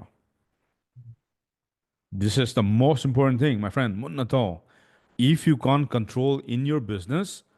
one day you'll fail it for sure ꯑꯗꯨꯗ ꯅꯪ knockout ꯆꯠꯀꯅꯤ ꯌꯨꯇ꯭ꯌꯨꯕꯅ ꯀꯤꯟ ꯊꯤꯜꯂꯛꯄ ꯃꯇꯝꯗꯅꯦ ꯄꯨꯡꯂꯣꯏ ꯂꯣꯏꯅꯤꯅ ꯍꯧꯖꯤꯛ ꯐꯣꯂꯣꯋꯔꯁ ꯌꯥꯝ ꯂꯩꯅ ꯀꯩꯝ ꯀꯥꯟꯅꯔꯣꯏ ꯑꯩ ꯀꯩꯝ ꯈꯜꯂꯛꯇꯦ ꯑꯗꯨꯒꯤ ꯃꯍꯨꯠꯇ ꯀꯩ ꯀꯜꯂꯛꯏ ꯂꯩꯔꯤꯕ ꯐꯣꯂꯣꯋꯔꯁ ꯃꯌꯥꯝꯗꯣ ꯑꯩ ꯀꯃꯥꯏꯅ ꯑꯩꯒꯤ ꯀꯟꯇ꯭ꯔꯣꯜꯗ ꯀꯃꯥꯏꯅ ꯄꯨꯁꯜꯂꯛꯁꯤꯒꯦ ꯁꯤꯗ ꯋꯔꯛ ꯇꯧꯍꯟꯅꯤꯡꯉꯤ how can I bring to my communities in every field ꯑꯩ ꯌꯨꯇ꯭ꯌꯨꯕꯁꯦ ꯕꯠ ꯑꯃ ꯀꯛꯊꯠꯈ꯭ꯔꯦꯅ ꯈꯜꯂꯦ ꯅꯣꯡꯉꯥꯜꯂꯒ ꯑꯩ ꯇꯦꯂꯤꯒ꯭ꯔꯥꯝꯗ ꯍꯧꯔꯛꯑꯅꯤ ꯅꯣꯡꯉꯥꯜꯂꯒ ꯑꯩ ꯏꯟꯁꯇꯥꯒ꯭ꯔꯥꯝꯗ ꯍꯧꯔꯛꯑꯅꯤ ꯅꯣꯡꯉꯥꯜꯂꯒ ꯑꯩ ꯐꯦꯁꯕꯨꯛ ꯇꯧꯔꯅꯤ ꯅꯣꯡꯉꯥꯜꯂꯒ ꯑꯩ ꯋꯥꯆꯦꯞ ꯇꯧꯔꯅꯤ ꯅꯣꯡꯉꯥꯜꯂꯒ ꯑꯩꯒꯤ ꯀꯝꯃꯨꯅꯤꯇꯤ ꯑꯩ ꯋꯦꯕꯁꯥꯏꯠ ꯃꯅꯨꯡꯗ ꯍꯧꯒꯠꯂꯛꯑꯅꯤ ꯅꯣꯡꯉꯥꯜꯂꯒ ꯑꯩꯒꯤ ꯇꯣꯉꯥꯟꯅ ꯒꯨꯒꯜ ꯁꯤꯠ ꯑꯃ ꯂꯩꯖꯩ ꯁꯤꯗꯒꯤ ꯑꯩ ꯑꯦꯅꯤ ꯃꯅꯤꯄꯨꯔꯗ ꯋꯥꯔ ꯂꯥꯛꯀꯦꯔꯥ ꯖꯤꯇꯅ ꯂꯥꯛꯑꯁꯅꯨ ꯀꯣ I wanted to be control my business ꯒ꯭ꯌꯥꯟ ꯇꯥꯕ꯭ꯔꯥ okay next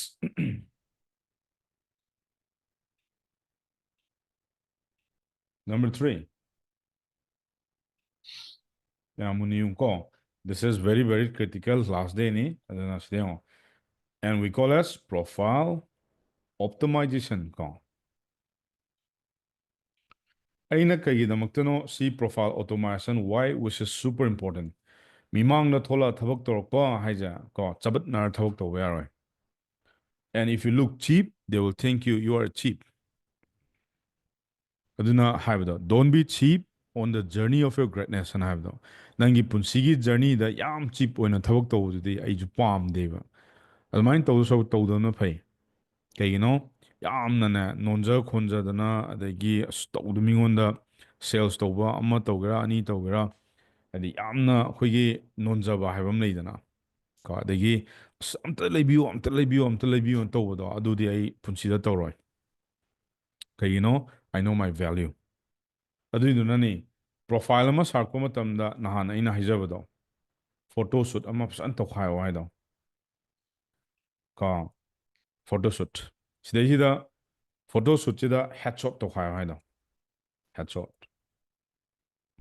ꯀꯣ ꯃꯁꯥ ꯅꯥꯟꯅ ꯁꯤꯗꯩꯁꯤꯗ ꯍꯦꯠ ꯁꯣꯠ ꯑꯃꯨꯛ ꯇꯧꯕ ꯃꯇꯝꯗ ꯁꯤ 1 ꯏꯌꯔꯒꯤ ꯅꯝꯃꯝꯃꯣꯕ ꯀꯣ ꯉꯥꯏꯍꯥꯛꯇꯪꯒꯤ ꯀꯣ ꯗꯤꯂꯦꯟꯕꯩ ꯇꯥꯏꯞꯇ ꯑꯃꯅꯤꯈꯛ ꯅꯝꯕꯗ ꯇꯧꯒꯅꯨ ꯀꯣ ꯐꯣꯇꯣꯗꯣ ꯌꯥꯔꯒꯗꯤ ꯑꯩ ꯍꯥꯏꯖꯈ꯭ꯔꯦꯗ ꯃꯤꯅꯤꯃꯝꯗ 4-5 ꯐꯣꯇꯣꯁꯤ ꯆꯠ ꯂꯥꯎ ꯅꯝꯃꯣ ꯊꯤ ꯐꯖꯅ this is very important number 2 ꯅꯪꯁꯦ ꯀꯅꯥꯅꯣ about you ꯁꯤꯒꯤ ꯄꯣꯠꯁꯦ ꯒꯨꯒꯜꯒꯤ ꯏꯟꯗꯦꯛꯁꯇ ꯀꯌꯥꯗꯤ ꯏꯒꯗꯕ 2200 words ꯌꯥꯔꯦꯀꯣ number 3 ꯅꯪꯒꯤ education number 4 ꯅꯪꯒꯤ experience beginners were ꯀꯩꯝ ꯀꯥꯏꯗꯦ it's fine ꯀꯣ ꯃꯤꯉꯣꯟꯗ ꯂꯣꯠꯂꯨꯅꯨ ꯀꯣ ꯑꯩ ꯇꯝꯕ ꯍꯧꯗ ꯉꯥꯏꯔꯤ ꯑꯩ ꯀꯩꯅꯣ ꯇꯧꯔꯤ ꯑꯗꯨꯕꯨ world wide ꯇ ꯂꯥꯛꯇꯥꯔꯒꯗꯤ you must have an experience at least 2 years ꯀꯣ ꯑꯗꯣ ꯏꯟꯇꯔꯅꯦꯁꯅꯦꯜꯗ ꯂꯥꯛꯀꯦ ꯍꯥꯏꯇꯥꯔꯒꯗꯤ ꯈꯖꯤꯛꯇꯪ ꯅꯪ ꯑꯦꯛꯁꯄꯤꯔꯤꯌꯦꯟꯁ ꯑꯃꯒ ꯂꯣꯏꯅꯅ ꯂꯥꯛꯄ ꯌꯥꯝ ꯊꯤꯅ ꯃꯊꯧ ꯇꯥꯏ ꯀꯩꯒꯤꯅꯣ ꯃꯤ ꯑꯄꯪꯕ ꯅꯠꯇꯦ ꯀꯣ ꯃꯅꯤꯄꯨꯔꯗ ꯄꯩꯁꯥ ꯌꯥꯝꯅ ꯄꯥꯏꯔꯦꯅ ꯍꯥꯏꯔꯤꯗꯣ ꯃꯤꯒꯤꯅꯦ ꯂꯥꯏꯔꯕ ꯑꯃꯒ ꯑꯗꯨꯝ ꯃꯥꯟꯅꯅꯤ ꯑꯩ ꯑꯗꯨꯝ ꯈꯪꯖꯩ ꯀꯣ ꯑꯩꯒꯤ ꯑꯦꯛꯁꯄꯤꯔꯤꯌꯦꯟꯁꯇ ꯌꯨ ꯑꯦꯁꯇ ꯍꯧꯖꯤꯛ ꯑꯌꯥꯝꯕꯅ ꯀꯣ ꯃꯤꯂꯤꯅꯤꯌꯔ ꯀꯣ ꯃꯤꯂꯤꯅꯤꯌꯔꯁꯦ ꯌꯥꯝ ꯀꯟꯅ ꯌꯥꯝꯕ ꯁꯥꯕ ꯑꯗꯣ ꯑꯩ ꯑꯣꯏꯗ꯭ꯔꯤꯕꯅꯤꯅ ꯌꯥꯝꯃꯤ ꯀꯣ 8 crore if you have 8 crore you become a millionaire second ꯑꯗꯣ ꯌꯨ ꯑꯦꯁꯀꯤ ꯑꯦꯚꯔꯦꯖꯇ ꯃꯤ ꯃꯌꯥꯝꯁꯦ ꯑꯌꯥꯝꯕꯅꯅꯦ 45 ꯄ꯭ꯂꯁꯇ ꯕꯤꯂꯤꯅꯤꯌꯔ ꯃꯤꯂꯤꯅꯤꯌꯔ ꯑꯗꯨꯝ ꯑꯣꯏꯒꯜꯂꯤ ꯃꯣꯏ ꯃꯌꯥꯝꯁꯦ ꯀꯗꯥꯏꯗ ꯐꯪꯒꯅꯤ ꯕ꯭ꯂꯥꯏꯟꯗ ꯐꯪꯉꯣꯏ ꯀꯥꯏꯗ ꯐꯪꯉꯛꯀꯅꯤ ꯈꯪꯕ꯭ꯔꯥ ꯀ꯭ꯔꯟꯁꯕꯦꯁ ꯁꯤ ꯃꯐꯝꯁꯦ ꯂꯩ ꯒ꯭ꯌꯥꯟ ꯇꯥꯕ꯭ꯔꯥ ꯌꯨ ꯅꯣꯠ ꯐꯥꯏꯟ ꯏꯟ ꯐꯦꯁꯕꯨꯛ ꯂꯩꯗꯤ ꯂꯩꯅꯤ ꯅꯣꯡꯃꯇ ꯃꯦꯁꯦꯖ ꯍꯜꯂꯣꯏ ꯁꯤꯒꯤ ꯃꯐꯝꯁꯤꯗ ꯃꯣꯏꯒꯤ ꯄꯩꯁꯥ ꯄꯥꯏꯕ ꯃꯤ ꯃꯌꯥꯝꯒ ꯊꯕꯛ ꯇꯧꯃꯤꯟꯅꯒꯦ ꯍꯥꯏꯇꯥꯔꯗꯤ ꯀ꯭ꯔꯟꯁꯕꯦꯁꯇ ꯊꯥ ꯑꯝꯗ ꯅꯪ $49 ꯊꯤꯗꯕ ꯗꯤꯁꯏꯁ ꯅꯣꯠ ꯐ꯭ꯔꯤ $49 per month ꯁꯤꯗ ꯅꯪ ꯀꯩꯀꯩ ꯐꯪꯅꯤ ꯀꯣ ꯃꯤꯂꯤꯅꯤꯌꯔ ꯃꯌꯥꯝꯒꯤ ꯅꯪ ꯏꯃꯦꯜ ꯐꯪꯅꯤ ꯃꯣꯏ ꯑꯦꯗ꯭ꯔꯦꯁ ꯐꯪꯅꯤ ꯃꯣꯏ ꯀꯝꯄꯅꯤ ꯃꯃꯤꯡ ꯐꯪꯅꯤ ꯑꯗꯒꯤ ꯃꯣꯏꯒꯤ ꯐꯟꯗꯔꯁ ꯍꯥꯏꯇꯥꯔꯦ ꯃꯣꯏꯒꯤ ꯏꯟꯚꯦꯁꯇꯔ ꯐꯪꯅꯤ ꯀꯣ ꯏꯟꯚꯦꯁꯇꯔ ꯐꯪꯅꯤ ꯑꯗꯨꯒ ꯃꯣꯏꯒꯤ ꯕꯣꯔꯗ ꯑꯣꯐ ꯗꯤꯔꯦꯛꯇꯔꯁ ꯀꯩ ꯂꯣꯏ ꯐꯪꯅꯤ ꯁꯤꯗ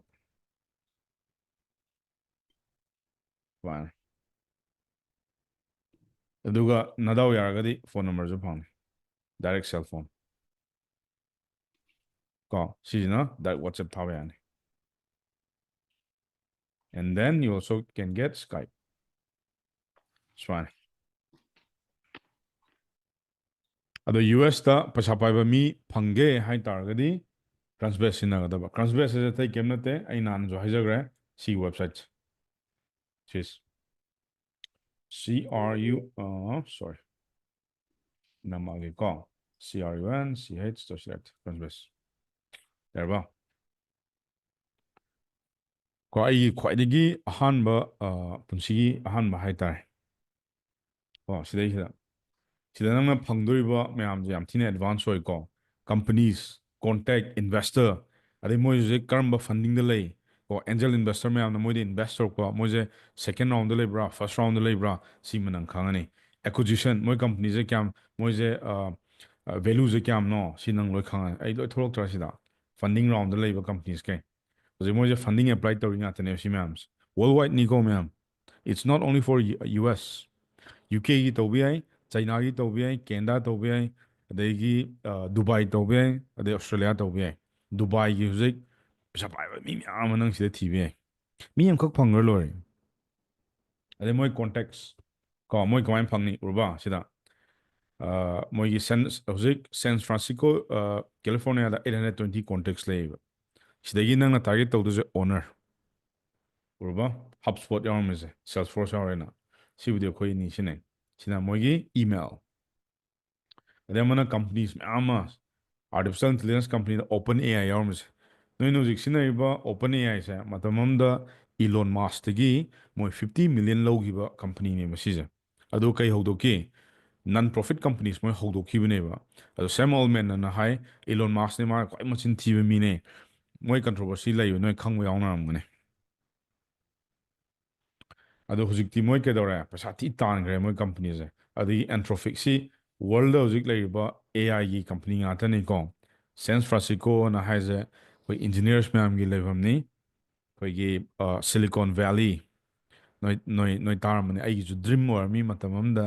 ꯀꯣ ꯑꯗꯨꯗꯒ ꯂꯩꯈꯥꯏꯔꯒꯗꯤ ꯂꯥꯏꯐꯁꯦ ꯅꯩꯔꯦ ꯀꯥꯏꯅꯀꯣ ꯑꯗꯣ ꯌꯥꯈꯤꯗ꯭ꯔꯦ ꯁꯣꯔꯠ ꯑꯣꯏꯈ꯭ꯔꯦ ꯃꯌꯥꯝ ꯑꯗꯣ ꯅꯨꯄꯤ ꯊꯤꯔꯝꯗ꯭ꯔꯒꯗꯤ ꯃꯌꯥꯝ ꯑꯩ ꯆꯠꯀꯅꯤ ꯑꯩ ꯃꯅꯤꯄꯨꯔꯗ ꯂꯩꯔꯝꯃꯣꯏ ꯀꯣ ꯑꯗꯣ ꯏꯃꯥꯒꯤꯁꯨ ꯈꯟꯗ ꯌꯥꯗꯦꯅ ꯌꯨꯝꯁꯦ ꯑꯩꯈꯣꯏ ꯃꯤ ꯌꯥꯝ ꯂꯩꯇꯦꯕ ꯑꯗꯣ ꯄꯥꯈꯪ ꯑꯣꯏꯔꯝꯃꯗꯤ ꯑꯩꯈꯣꯏ ꯀꯅꯥꯝ ꯊꯦꯡꯅꯔꯔꯣꯏ ꯃꯌꯥꯝ ꯑꯩꯁꯨ ꯆꯠꯂꯝꯃꯗꯧꯅꯦ ꯑꯥꯗ ꯑꯗꯨꯒ ꯕ꯭ꯂꯤꯡꯀꯤꯠ ꯑꯅ ꯑꯩꯈꯣꯏ ꯏꯟꯗꯤꯌꯥꯒꯤ ꯑꯃ ꯂꯩꯀꯣ ꯅꯣꯏ ꯕ꯭ꯂꯤꯡꯀꯤꯠ ꯗꯦꯜꯂꯤꯗ ꯂꯩꯕ ꯀꯥꯡꯕꯨ ꯈꯪꯉꯝꯒꯅꯤ ꯃꯄꯥꯟꯗ ꯂꯩꯕ ꯀꯥꯡꯕꯨ ꯑꯩꯈꯣꯏꯒꯤ ꯒ꯭ꯔꯣꯁꯔꯤꯒꯤ ꯀꯔꯤꯒꯤ ꯏꯟꯖꯥꯡ ꯅꯥꯄꯤ ꯀꯔꯤꯒꯤ ꯃꯣꯏ ꯌꯥꯝ ꯇꯧꯕꯅꯤ ꯃꯣꯏꯁꯨ ꯍꯧꯖꯤꯛ ꯐꯟꯗꯤꯡ ꯀꯟ ꯊꯤꯔꯤꯕ ꯁꯤ ꯒꯨꯔꯒꯥꯎ ꯍꯔꯤꯌꯥꯅꯥ ꯍꯥꯏꯁꯦ ꯏꯟꯗꯤꯌꯥꯒꯤꯁꯨ ꯌꯥꯎꯔꯝꯗ꯭ꯔꯣ ꯑꯗꯨꯃꯥꯏꯅ ꯇꯧꯗꯅ ꯁꯤꯒꯤ ꯀꯣꯟꯇꯦꯛ ꯃꯌꯥꯝꯁꯦ ꯑꯩ ꯈꯨꯗꯛꯇ ꯂꯣꯏ ꯐꯥꯕ ꯌꯥꯏꯑꯕ ꯎꯔꯕ ꯀꯝꯄꯅꯤꯁꯤꯒꯤ ꯐꯥꯎꯟꯗꯔ ꯉꯥꯛꯇꯅꯦ ꯑꯩꯅ ꯍꯧꯖꯤꯛ ꯊꯦꯡꯅꯗꯣꯏ ꯃꯌꯥꯝꯁꯦ ꯀꯣ ꯐꯥꯎꯟꯗꯔ ꯑꯦꯟ CEO ꯐꯥꯁꯔ ꯀꯦꯄꯤꯇꯦꯜ ꯁꯤ ꯗꯨꯕꯥꯏꯒꯤ ꯀꯝꯄꯅꯤꯅꯤ ꯀꯣ ꯑꯗꯒꯤ USAꯒꯤ ꯀꯝꯄꯅꯤ ꯑꯦꯗꯋꯥꯔꯗ ꯂꯦꯟꯗꯣ ꯐꯥꯎꯟꯗꯔ ꯄꯥꯔꯤꯌꯔ ꯍꯣꯜꯗꯤꯡꯒꯤ ꯑꯗꯒꯤ ꯑꯁꯤꯀꯨꯃꯥꯔ ꯔꯥꯍꯃꯟ CEO ꯁ꯭ꯄꯠ ꯕ꯭ꯂꯣꯛꯁ ꯁꯤꯅ ꯕꯪꯒ꯭ꯂꯥꯗꯦꯁꯀꯤ ꯀꯝꯄꯅꯤ ꯋꯥꯔꯜꯗ ꯂꯩꯔꯤꯕ ꯑꯐꯥꯎꯕ CEO ꯑꯣꯅꯔ ꯐꯥꯎꯟꯗꯔ ꯅꯈꯨꯠꯇ ꯂꯣꯏ ꯂꯩꯔꯕꯅꯦ the only thing is you need to connect how to talk ꯑꯩ ꯉꯔꯥꯡ ꯄꯤꯕ ꯑꯃ ꯐꯣꯔꯃꯨꯂꯥꯗꯣ ꯈꯪꯍꯧꯕ꯭ꯔꯥ ꯁꯦꯜꯁ ꯒꯣꯜꯒꯤꯗꯣ ꯑꯗꯨ ꯑꯦꯄ꯭ꯂꯥꯏ ꯇꯧꯒꯗꯕ ꯃꯣꯏ ꯃꯌꯥꯝ ꯀꯗꯥꯏꯗ ꯐꯪꯗꯣꯏꯅꯣ ꯁꯤ ꯅꯨꯃꯤꯠꯇ ꯅꯪ ꯌꯥꯝ ꯁ꯭ꯃꯥꯔꯠ ꯑꯣꯏꯇꯥꯔꯒꯗꯤꯅꯦ you can use this trial ꯅꯨꯃꯤꯠ 3ꯅꯤ ꯁꯨꯗ ꯄꯠ ꯂꯥꯎ ꯈꯛꯇꯀꯣ ꯀꯩꯝ ꯀꯥꯏꯗꯦ ꯌꯥꯏꯅ ꯑꯗꯨꯒ ꯁꯦꯞ ꯈꯔ ꯇꯧꯍꯧꯔꯣ ꯀꯣꯟꯇꯦꯛꯁ ꯈꯔ ꯑꯗꯩ ꯑꯃꯅ ꯑꯩꯅ ꯑꯃꯨꯛ ꯍꯥꯏꯖꯈ꯭ꯔꯦ ꯁꯦꯜꯁ ꯅꯦꯚꯤꯒꯦꯇꯔ ꯁꯤꯁꯤꯅ ꯀꯩꯒꯤ ꯂꯤꯡꯗꯤꯟꯒꯤ ꯅꯤꯡꯁꯤꯡꯕ꯭ꯔꯥ ꯅꯍꯥꯟ ꯑꯩꯅ ꯍꯥꯏꯕꯗꯣ ꯂꯤꯡꯗꯤꯟꯒꯤ ꯁꯦꯜꯁ ꯅꯦꯚꯤꯒꯦꯇꯔꯗꯣ ꯀꯣ ꯁꯤꯃ ꯋꯥꯔꯜꯗ ꯂꯩꯔꯤꯕ ꯑꯐꯥꯎꯕ ꯄꯩꯁꯥ ꯄꯥꯏꯕ ꯃꯌꯥꯝ ꯑꯃ ꯀꯅꯦꯛ ꯇꯧꯒꯦ ꯍꯥꯏ ꯇꯥꯔꯒꯗꯤ ꯌꯨ ꯍꯥꯞ ꯇꯨ ꯌꯨꯁ ꯗꯤ ꯁꯦꯜꯁꯀꯤ ꯇꯨꯜꯅꯤꯀꯣ ꯁꯦ ꯃꯅꯤꯄꯨꯔꯗꯗꯤ ꯁꯤꯖꯤꯟꯅꯕ ꯌꯥꯔꯣꯏ ꯃꯅꯤꯄꯨꯔꯗꯗꯤ ꯀꯅꯥꯝ ꯂꯩꯇꯦ ꯃꯅꯤꯄꯨꯔꯒꯤꯗꯤ ꯁꯤꯖꯤꯟꯅꯒꯅꯣ ꯍꯌꯦꯡꯋꯥꯏ ꯏꯟꯇꯔꯅꯦꯁꯅꯦꯜ ꯇꯧꯔꯛꯀꯦ ꯍꯥꯏꯕ ꯃꯇꯝꯗ ꯁꯦꯜꯁ ꯇꯨꯜꯁ ꯅꯦꯚꯤꯒꯦꯇꯔ ꯁꯤꯗ ꯏꯟꯗꯁꯇ꯭ꯔꯤꯒꯤ ꯑꯦꯛꯁꯄꯔꯠ ꯊꯦꯡꯅꯅꯤ ꯀꯣ ꯋꯥꯔꯜꯒꯤ ꯈ꯭ꯋꯥꯏꯗꯒꯤ ꯄꯩꯁꯥ ꯄꯥꯏꯕ ꯃꯇꯝ ꯑꯃꯒꯤ ꯕꯤꯜ ꯒꯦꯠꯁ ꯁꯤꯗ ꯅꯪ ꯊꯦꯡꯅꯅꯤ ꯕꯤꯜ ꯒꯦꯠꯁꯀꯤ ꯀꯔꯝꯕ ꯏꯃꯦꯜꯅꯣ ꯃꯥ ꯀꯔꯝꯕ ꯐꯣꯟ ꯅꯝꯕꯔ ꯄꯥꯏ ꯃꯥ ꯀꯃꯥꯏꯅ ꯀꯅꯦꯛ ꯇꯧꯅꯤ ꯐ꯭ꯔꯣꯝ ꯍꯤꯌꯔ ꯌꯨ ꯀꯦꯟ ꯐꯥꯏꯟ ꯏꯠ ꯑꯩ ꯃꯇꯝ ꯑꯃ ꯊꯥꯖꯤꯜꯂꯦ ꯀꯣ sir can I work for you for free ꯑꯩꯒꯤ ꯀꯟꯐꯤꯗꯦꯟꯗꯣ ꯍꯟꯕꯤꯔꯛꯇꯦ ꯀꯃꯥꯏꯅ ꯍꯜꯂꯛꯇꯣꯏꯅꯣ ꯀꯣ ꯗꯦꯜꯒꯤ ꯃꯄꯨꯗꯕꯨꯛꯇ ꯑꯩꯈꯣꯏꯗꯤ ꯃꯦꯁꯦꯁ ꯊꯥꯖꯤꯜꯂꯦꯕ sir can I drive your traffic for free ꯀꯣ ꯑꯩ ꯌꯥꯝ ꯁꯥꯊꯤꯔꯛꯑꯦ ꯃꯌꯥꯝ ꯀꯩꯒꯤꯅꯣꯗꯤ ꯁ꯭ꯀꯤꯜꯁ ꯍꯥꯏꯔꯛꯄ ꯃꯇꯝꯗ ꯀꯤꯔꯛꯇꯦꯕ ꯂꯩꯗꯅ ꯐꯣꯔꯃꯨꯂꯥ ꯑꯃ ꯈꯪꯈ꯭ꯔꯕꯅꯤꯅ ꯄꯪꯄꯥꯟꯗ ꯄꯥꯅꯤꯡꯉꯛꯄꯗꯣ ꯅꯣꯏꯁꯨ ꯇꯧꯔꯛꯈꯤꯅꯤ ꯍꯥꯏꯗꯤ ꯂꯩꯗꯅ ꯑꯪꯀ ꯍꯣꯠ ꯍꯥꯏꯔꯛꯄꯗ ꯐꯣꯔꯃꯨꯂꯥ ꯈꯪꯉ ꯑꯁ ꯄꯤꯅꯤꯡꯕ ꯄꯤꯔꯣ ꯂꯣꯏ ꯇꯧꯈꯥꯏꯒꯦꯗꯣ ꯑꯗꯨꯒꯤ ꯁ꯭ꯀꯤꯜꯁ ꯑꯃ ꯂꯥꯛꯈꯤꯅꯤꯕ ꯑꯗꯨꯗꯅꯤ ꯅꯨꯡꯉꯥꯏꯔꯛꯇꯣꯏꯁꯦ ꯑꯗꯨꯅ ꯑꯩꯅ ꯐꯣꯔꯃꯨꯂꯥ ꯍꯩꯌꯨ ꯐꯣꯔꯃꯨꯂꯥ ꯈꯪꯉꯨ ꯄ꯭ꯔꯤꯟꯁꯤꯄꯜ ꯈꯪꯉꯨ ꯋꯥꯟꯁ ꯑꯗꯨ ꯈꯪꯈꯤ ꯇꯥꯔꯒꯗꯤ ꯅꯪ ꯑꯦꯅꯤ ꯄꯤꯔꯛꯁꯅꯣꯕ ꯅꯪ ꯑꯗꯨꯝ ꯑꯦꯄ꯭ꯂꯥꯏ ꯇꯧ ꯌꯥꯔꯗꯧꯅꯦ ꯗꯦꯠꯁ ꯏꯠ ꯑꯗꯣ ꯁꯤꯒꯤ ꯁꯦꯜꯁ ꯅꯦꯚꯤꯒꯦꯇꯔꯁꯤꯁꯨ ꯑꯍꯥꯟꯕꯒꯤꯗꯤ ꯌꯥꯅꯤ ꯅꯨꯃꯤꯠ 30ꯅꯤ ꯐ꯭ꯔꯤ ꯄꯤꯕꯅꯦꯕ ꯅꯪ ꯀꯝꯄꯅꯤꯁ ꯃꯃꯤꯡ ꯀꯣ ꯁꯤꯗꯁꯦ ꯂꯤꯡꯗꯤꯟ ꯁꯦꯜꯁ ꯅꯦꯚꯤꯒꯦꯇꯔ ꯍꯥꯏꯁꯦ ꯁꯤꯁꯤꯅ ꯀꯩꯅꯣ ꯀ꯭ꯋꯥꯂꯤꯇꯤ ꯂꯩꯕ ꯃꯤ ꯀꯅꯦꯛ ꯇꯧꯒꯦ ꯍꯥꯏꯇꯥꯔꯦ ꯁꯤꯗꯩ ꯄꯥꯏꯔꯛꯀꯗꯕ ꯀꯣ ꯑꯗꯣ ꯑꯩꯗꯤ ꯁꯤꯖꯤꯟꯅꯕ ꯂꯣꯏꯈ꯭ꯔꯦ ꯑꯗꯣ ꯅꯣꯏꯗꯤ ꯐ꯭ꯔꯤꯗ ꯁꯤꯖꯤꯟꯅꯕ ꯌꯥꯅꯤ ꯁꯤ ꯁ꯭ꯇꯥꯔꯠ ꯌꯣꯔ ꯐ꯭ꯔꯤ ꯇ꯭ꯔꯥꯏꯜ ꯁꯤꯗ ꯀ꯭ꯂꯤꯛ ꯇꯛ ꯇꯧꯁꯜꯂꯣ ꯀꯣ ꯑꯗꯣ ꯑꯩ ꯁꯤꯕꯨꯗꯤ ꯑꯗꯨꯝ ꯁꯤꯖꯤꯟꯅ ꯌꯥꯔꯅꯤ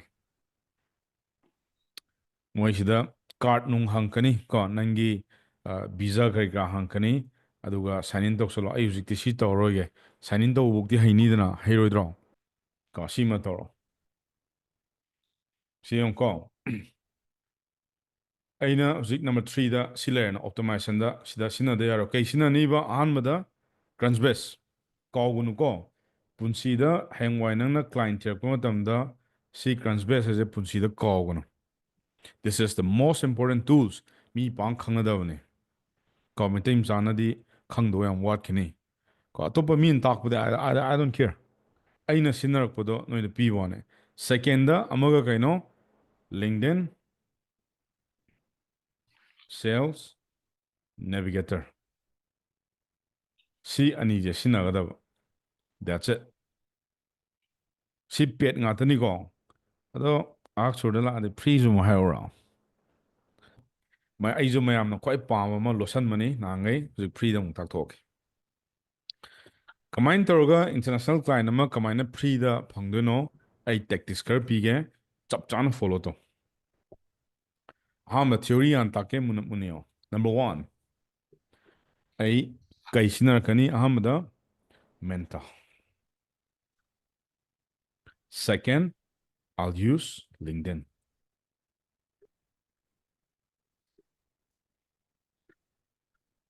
ꯅꯝꯕꯔ 3 ꯀꯣ ꯌꯥꯔꯦ ꯁꯤ ꯑꯅꯤ ꯈꯛꯇꯪ ꯇꯧꯔꯣ ꯑꯇꯣꯞꯄ ꯂꯥꯝꯃꯒꯦꯅꯣ ꯁꯤꯗ ꯌꯦꯡꯉꯨꯀꯣ ꯑꯩ ꯀꯃꯥꯏꯅ ꯁꯤꯖꯤꯟꯅꯒꯦ ꯁꯤ ꯃꯦꯟꯇꯥꯅ ꯍꯥꯏꯁꯦ US especially in the US market any company ꯑꯃ ꯍꯥꯏꯔꯁꯦꯕꯀꯣ ꯑꯩꯅ ꯏꯔꯤꯕ ꯐꯣꯔꯃꯨꯂꯥꯁꯦ ꯆꯞ ꯆꯥꯅ ꯏꯌꯨꯀꯣ ꯃꯦꯟꯇꯥ ꯀꯣ ꯁꯨꯃꯥꯏꯅ ꯏꯔꯣ ꯃꯦꯟꯇꯥꯅ ꯑꯗꯨꯒ ꯄ꯭ꯂꯁ ꯁꯥꯏꯟ ꯑꯃ ꯍꯥꯞꯆꯜꯂꯣ ꯀꯣ ꯐ꯭ꯂꯣꯔꯤꯗꯥ ꯁꯣꯂꯔ ꯀꯝꯄꯅꯤ ꯁꯨꯃꯥꯏꯅ ꯏꯔꯣ ꯁꯣꯂꯔ ꯀꯝꯄꯅꯤꯁ ꯕꯨꯝ ꯁꯤꯛꯀꯤ ꯕꯨꯝ ꯁꯨꯃꯥꯏꯅ ꯊꯣꯛꯂꯛꯑꯦ ꯁꯤꯗ ꯁꯤ ꯆꯪꯉꯣ ꯐ꯭ꯂꯣꯔꯤꯗꯥ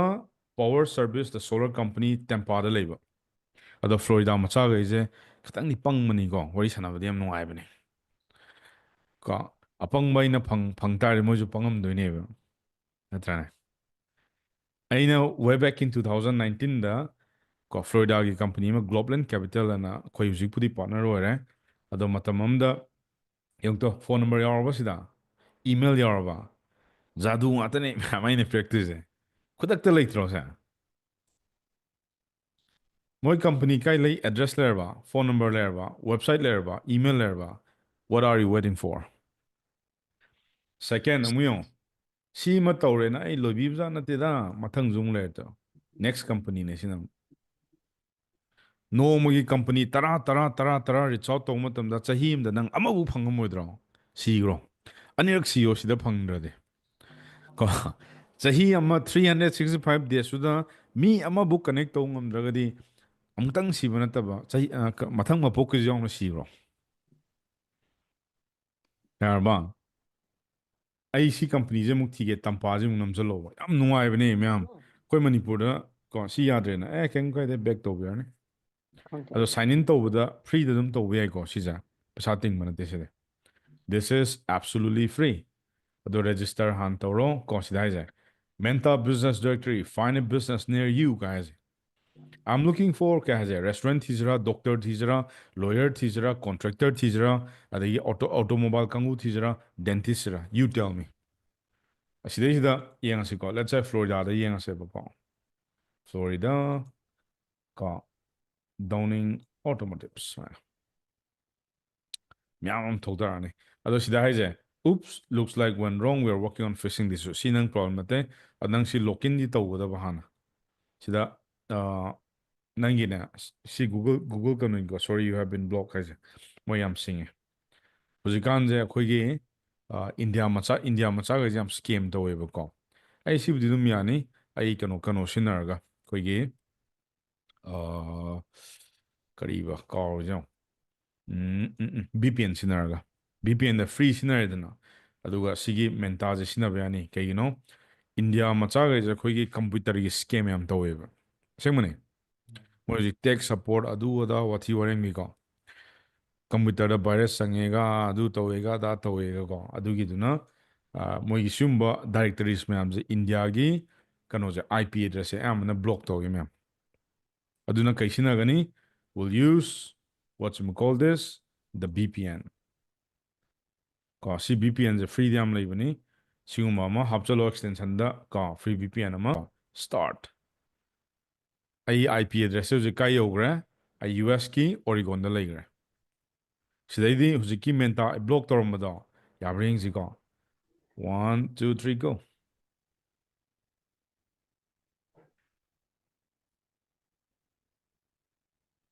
ꯌꯥꯈ꯭ꯔꯦ ꯀꯣ ꯁꯨꯃꯥꯏꯅ ꯁꯤꯒꯤ ꯐ꯭ꯔꯤ VPN ꯑꯃ ꯍꯥꯞꯆꯜꯂꯣ ꯄꯩꯁꯥ ꯊꯤꯒꯗꯧ ꯅꯠꯇꯦ ꯗꯛ ꯁꯨꯃꯥꯏꯅ ꯍꯧꯖꯤꯛ ꯇꯧꯔꯤꯗꯣ ꯆꯞ ꯃꯥꯟꯅ ꯇꯧ ꯑꯦꯅꯤꯋꯦꯔꯗ ꯅꯪ ꯆꯪꯕ ꯌꯥꯔꯗꯧꯅꯤ ꯊꯣꯛꯂꯛꯑꯗ꯭ꯔꯥ ꯍꯧꯖꯤꯛꯇꯤ ꯂꯣꯏꯅꯃꯛ ꯍꯩꯒꯗ꯭ꯔꯣ ꯀꯩꯒꯨꯝꯕ US ꯀꯝꯄꯅꯤꯁ ꯑꯃꯅ ꯅꯪꯒꯤ IP ꯑꯦꯗ꯭ꯔꯦꯁꯁꯦ ꯕ꯭ꯂꯣꯛ ꯇꯛ ꯂꯥꯎ ꯇꯧꯔꯛꯑꯕ ꯑꯩꯅ ꯍꯧꯖꯤꯛ ꯇꯧꯔꯤꯕ ꯁꯤꯒꯤ VPN ꯑꯃ ꯁꯨꯃꯥꯏꯅ ꯇꯛ ꯂꯥꯎ ꯍꯥꯞꯆꯜꯂꯣ ꯑꯩ ꯍꯧꯖꯤꯛ ꯂꯩꯖꯦ ꯀꯥꯏꯅꯣ ꯑꯣꯔꯤꯒꯣꯟꯗ ꯑꯩꯒꯤ IP ꯑꯦꯗ꯭ꯔꯦꯁꯁꯦ ꯇꯧꯕ ꯅꯣꯏ ꯌꯥꯝ ꯍꯩꯗꯨꯗꯤ ꯊꯥꯏꯅ ꯆꯤꯞ ꯃꯤꯅꯤꯁꯇꯔ ꯕꯤꯔꯦꯟꯅ ꯏꯟꯇꯔꯅꯦꯠ ꯊꯤꯡꯉꯛꯄꯗ VPN ꯁꯝꯗꯅ ꯑꯃꯗ ꯑꯃꯨꯛ ꯆꯦꯟ ꯑꯃꯗ ꯑꯃꯨꯛ ꯆꯦꯟ ꯑꯃꯗ ꯑꯃꯨꯛ ꯆꯦꯟ ꯇꯧꯋꯤꯗꯨꯗꯤ ꯂꯧꯕꯨꯛ ꯂꯝꯍꯥꯡꯗ ꯄꯣꯆꯠ ꯆꯠꯇꯅ ꯀꯣ ꯁꯤꯅꯤ ꯃꯌꯥꯝ ꯅꯣꯏꯗ ꯁꯨꯃꯥꯏꯅ ꯁꯤꯖꯤꯟꯅꯕ ꯌꯥꯏ ꯍꯥꯏꯕ ꯋꯥꯅꯤꯗ ꯍꯌꯦꯡꯋꯥꯏ ꯃꯤꯅ ꯕ꯭ꯂꯣꯛ ꯇꯧꯔꯛꯄ ꯃꯇꯝꯗ ꯁꯤꯒꯤ ꯇꯦꯛꯅꯤꯛꯁꯤꯃ ꯀꯥꯎꯔꯅꯨ all of you guys clear awesome okay ꯃꯌꯥꯝ ꯑꯗꯨꯗꯤ ꯀꯣ ꯑꯩ VPNꯁꯦ ꯑꯝꯇꯪ ꯂꯧꯊꯣꯛꯀꯦ ꯑꯩꯗꯤ ꯁꯤꯖꯤꯟꯅꯅꯤꯡꯗꯦ ꯑꯩ ꯑꯗꯨꯝ ꯃꯅꯤꯄꯨꯔꯗ ꯑꯗꯨꯝ ꯂꯩꯖꯒꯦ ꯀꯣ ꯑꯩ ꯗꯔꯀꯥꯔ ꯂꯩꯔꯀꯥꯟꯗ ꯑꯣꯏꯅ ꯁꯤꯖꯤꯟꯅꯒꯦ ꯑꯣꯀꯦ ꯅꯦꯛꯁꯇ ꯑꯃꯨꯛ ꯌꯦꯡꯉꯣ ꯁꯤꯁꯤꯅꯅꯦ ꯌꯥꯝꯅ ꯆꯝꯅꯅꯦ ꯌꯥꯝ ꯁ꯭ꯃꯥꯔꯠ ꯑꯣꯏꯅ ꯑꯩꯅ ꯂꯤꯡꯛꯗꯤꯟꯁꯦ ꯀꯃꯥꯏꯅ ꯁꯤꯖꯤꯟꯅꯅꯤ ꯂꯤꯡꯛꯗꯤꯟꯗ ꯈ꯭ꯋꯥꯏꯗꯒꯤ ꯁ꯭ꯃꯥꯔꯠ ꯑꯣꯏꯅ ꯁꯤꯖꯤꯟꯅꯕ ꯀꯣ ꯃꯁꯤꯗꯒꯤ ꯇꯝꯃꯣ ꯃꯤꯅ ꯄꯥꯏꯅꯔꯤꯕ ꯂꯤꯡꯛꯗꯤꯟ ꯈꯨꯄꯥꯏꯗꯨ ꯅꯠꯇꯕ ꯑꯩ ꯌꯥꯝ ꯁ꯭ꯃꯥꯔꯠ ꯑꯣꯏꯅꯅꯦ ꯑꯃ ꯇꯥꯛꯂꯛꯀꯦ ꯌꯦꯡꯉꯣ ꯁꯤꯗ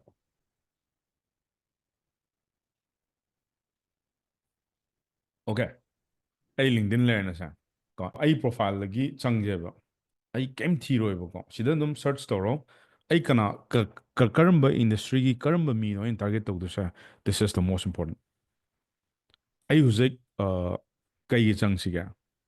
ꯃꯌꯥꯝ ꯑꯦꯅꯤ ꯑꯄꯥꯝꯕ ꯑꯃ ꯍꯥꯏꯔꯣꯅꯦ ꯑꯩ ꯍꯧꯖꯤꯛ ꯊꯤꯒꯦꯕ ꯑꯦꯅꯤ ꯏꯟꯗꯁꯇ꯭ꯔꯤ ꯇꯦꯜꯃꯤ ꯑꯦꯅꯤ ꯅꯪꯅ ꯄꯥꯝꯖꯕ ꯅꯤꯁꯇꯣ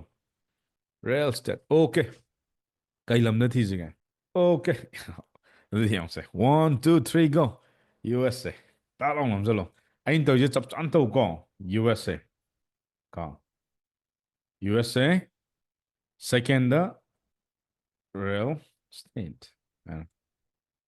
ꯌꯥꯔꯕꯣ ꯑꯗꯨꯒ ꯄ꯭ꯂꯁ ꯑꯃꯒ ꯅꯝꯁꯤꯜꯂꯣ ꯁꯨꯃꯥꯏꯅ ꯑꯗꯨꯒ ꯑꯣꯅꯔꯅ ꯁꯨꯃꯥꯏꯅ ꯇꯪꯒ ꯅꯝꯁꯤꯜꯂꯣ ꯑꯦꯅꯤ ꯏꯟꯗꯁꯇ꯭ꯔꯤ ꯍꯌꯦꯡꯋꯥꯏ ꯁꯤꯒꯤ ꯐꯣꯔꯃꯦꯠꯇ ꯅꯝꯃꯛꯀꯗꯕ ꯑꯍꯥꯟꯕꯗ ꯀꯟꯇ꯭ꯔꯤ ꯅꯝꯃꯕ ꯁꯦꯀꯦꯟꯗ ꯅꯪꯒꯤ ꯏꯟꯗꯁꯇ꯭ꯔꯤꯗꯣ ꯅꯝꯃꯕ ꯃꯊꯪꯗ ꯅꯪꯅ ꯇꯥꯔꯒꯦꯠ ꯇꯧꯅꯤꯡꯉꯤꯁꯦ ꯑꯣꯅꯔꯔ ꯃꯦꯅꯦꯖꯔꯔ ꯃꯥꯔꯀꯦꯇꯤꯡ ꯗꯤꯔꯦꯛꯇꯔꯔ ꯀꯅꯥꯅꯣ ꯅꯪ target ꯇꯧꯅꯤꯡꯉꯤꯁꯦ which one you wanna target ꯑꯗꯩ ꯅꯪꯅ ꯌꯥꯝ ꯁ꯭ꯃꯥꯔꯠ ꯑꯣꯏꯇꯥꯔꯒꯗꯤ USAꯒꯤ ꯀꯔꯝꯕ ꯃꯐꯝꯗꯅꯣ which state you wanna target USAꯗ 52 states ꯂꯩ ꯑꯗꯣ ꯑꯩꯒꯤ ꯔꯤꯀꯣꯃꯦꯟꯗꯦꯁꯟ ꯑꯝꯇꯪ ꯍꯥꯏꯖꯔꯛꯀꯦ ꯇꯥꯔꯒꯦꯠ ꯏꯁꯇꯔꯟ ꯁ꯭ꯇꯦꯠ ꯇꯥꯔꯒꯦꯠ ꯇꯧ ꯏꯁꯇꯔꯟꯅꯗꯤ ꯒ꯭ꯌꯥꯟ ꯇꯥꯕ꯭ꯔꯥ ꯇꯥꯏꯝ ꯖꯣꯟ ꯏꯁꯇꯔꯟ ꯁ꯭ꯇꯦꯟꯗꯔꯠ ꯇꯥꯏꯝꯗ ꯂꯩꯕ ꯁ꯭ꯇꯦꯠ ꯍꯥꯟꯅ ꯇꯥꯔꯒꯦꯠ ꯇꯧ ꯀꯩꯒꯤꯅꯣ ꯅꯪꯉꯣꯟꯗ ꯋꯥꯔꯣꯏ ꯀꯦꯂꯤꯐꯣꯔꯅꯤꯌꯥ ꯇꯧꯕꯅ ꯍꯧꯕꯒ ꯃꯟ ꯌꯨꯡꯅꯤ ꯅꯪ ꯑꯌꯨꯛꯀꯤ ꯄꯨꯡ 10 ꯊꯕꯛ ꯇꯧꯕ ꯉꯝꯒꯗ꯭ꯔꯣ ꯈꯜꯂꯨ ꯅꯀꯣꯛꯀ ꯆꯤꯛꯇꯣꯏꯖꯥꯠꯅꯦꯍꯦ ꯚꯥꯏ ꯀꯣ ꯅꯨꯡꯁꯥ ꯁꯥꯒꯠꯄ ꯍꯧꯔꯛꯄ ꯑꯍꯤꯡ ꯇꯨꯝꯃꯛꯇꯕꯅꯤꯅꯀꯣ ꯑꯩ ꯍꯥꯏꯔꯛꯀꯦ ꯑꯩꯒꯤ ꯂꯥꯏꯐꯇ ꯑꯩ ꯌꯥꯝ ꯋꯥꯈꯤꯕ ꯀꯦꯂꯤꯐꯣꯔꯅꯤꯌꯥꯗ ꯑꯩꯅ ꯃꯣꯏꯒꯤ ꯍꯧꯖꯤꯛꯀꯤ ꯀꯝꯄꯅꯤ ꯊꯕꯛ ꯇꯧꯕ ꯃꯇꯝꯗ ꯑꯩꯈꯣꯏ ꯌꯥꯝ ꯋꯥꯏ ꯃꯝꯃꯤꯈꯩꯗꯤ ꯐꯩꯌꯦꯕꯀꯣ ꯅꯨꯡꯁꯥ ꯈꯔ ꯈꯔ ꯊꯣꯛꯒꯠꯂꯛꯄ ꯍꯧꯕ ꯄꯨꯡ ꯇꯔꯥꯒ ꯇꯥꯈꯠꯂꯛꯄ ꯑꯩꯈꯣꯏꯒꯤ ꯅꯨꯃꯤꯠ ꯆꯞ ꯌꯨꯡꯉꯛꯄꯩ ꯅꯨꯡꯁꯥ ꯌꯥꯝ ꯌꯩꯔꯛꯄꯗꯣ ꯑꯗꯨꯗ ꯍꯛꯆꯥꯡꯁꯦ ꯂꯣꯏ ꯁꯣꯟꯖꯜꯂꯛꯑꯦꯕ ꯑꯗꯨꯅ ꯑꯩꯅ ꯊꯦꯡꯅꯈꯤꯕ ꯑꯦꯛꯁꯄꯤꯔꯤꯌꯦꯟꯁꯇꯣ ꯑꯩ ꯁꯥꯇ꯭ꯔꯗ ꯑꯩ ꯊꯦꯡꯅꯍꯟꯅꯤꯡꯗꯦ ꯇꯧ ꯇꯥꯔꯒꯁꯨꯅꯦ ꯁ꯭ꯇꯦꯟꯗꯔꯠ ꯇꯥꯏꯝ ꯑꯝꯗ ꯁꯤꯒꯨꯝꯕꯁꯦ ꯑꯩꯈꯣꯏꯅ ꯒ꯭ꯔꯦꯚꯤꯌꯥꯔꯗ ꯁꯤꯐ ꯑꯅ ꯀꯧꯏ ꯍꯧꯖꯤꯛ ꯑꯩ ꯇꯧꯊꯔꯛꯑꯒꯦ ꯑꯣꯅꯔꯗꯅꯦ ꯏꯁꯇꯔꯟꯒꯤꯗ ꯅ꯭ꯌꯨ ꯌꯣꯔꯛ ꯇꯧꯈꯥꯏꯔꯁꯦꯕ 1 2 3 ꯒꯣ ꯌꯦꯡꯉꯨꯀꯣ ꯑꯩꯅ ꯏꯈꯤꯕ ꯄ꯭ꯔꯣꯝꯗꯣ ꯆꯞ ꯆꯥꯅ ꯏꯌꯨ ꯑꯗꯨꯝ ꯊꯣꯛꯂꯛꯑꯗꯧꯅꯤ ꯁꯦꯀꯦꯟꯗ ꯑꯇꯣꯞꯄ ꯀꯔꯤꯝ ꯊꯦꯡꯉꯨꯒꯤꯅꯣ ꯀꯔꯤꯝ ꯌꯦꯡꯉꯨꯒꯤꯅꯣ ꯑꯩ ꯁꯤꯗ ꯐꯤꯜꯇꯔ ꯇꯧꯊꯔꯛꯀꯦ ꯌꯦꯡꯉꯣꯕ ꯑꯍꯥꯟꯕꯗ ꯄꯤꯄꯜ ꯍꯥꯏꯕ꯭ꯔꯥ ꯄꯣꯁ ꯍꯥꯏꯕ꯭ꯔꯥ ꯖꯣꯕ ꯍꯥꯏꯕ꯭ꯔꯥ ꯀꯝꯄꯅꯤꯁ ꯍꯥꯏꯕ꯭ꯔꯥ ꯒ꯭ꯔꯨꯞꯁ ꯍꯥꯏꯕ꯭ꯔꯥ schools courses even product services and filters now I'll click on filters ꯁꯤꯗ ꯅꯪꯅ ꯂꯤꯡꯛꯗꯤꯟꯗ ꯒ꯭ꯔꯣ ꯇꯧꯒꯦꯅ ꯍꯥꯏꯔꯕ you have to connect with second and third people ꯁꯤ ꯁꯜꯂꯣ ꯁꯤ ꯀꯥꯎꯔꯅꯤ ꯂꯤꯡꯛꯗꯤꯟꯗ ꯄꯨꯟꯁꯤꯗ ꯒ꯭ꯔꯣ ꯇꯧꯔꯛꯑꯒꯦ ꯍꯥꯏꯔꯕ ꯀꯅꯥ ꯀꯅꯥ ꯀꯅꯦꯛ ꯇꯧꯗꯣꯏꯕ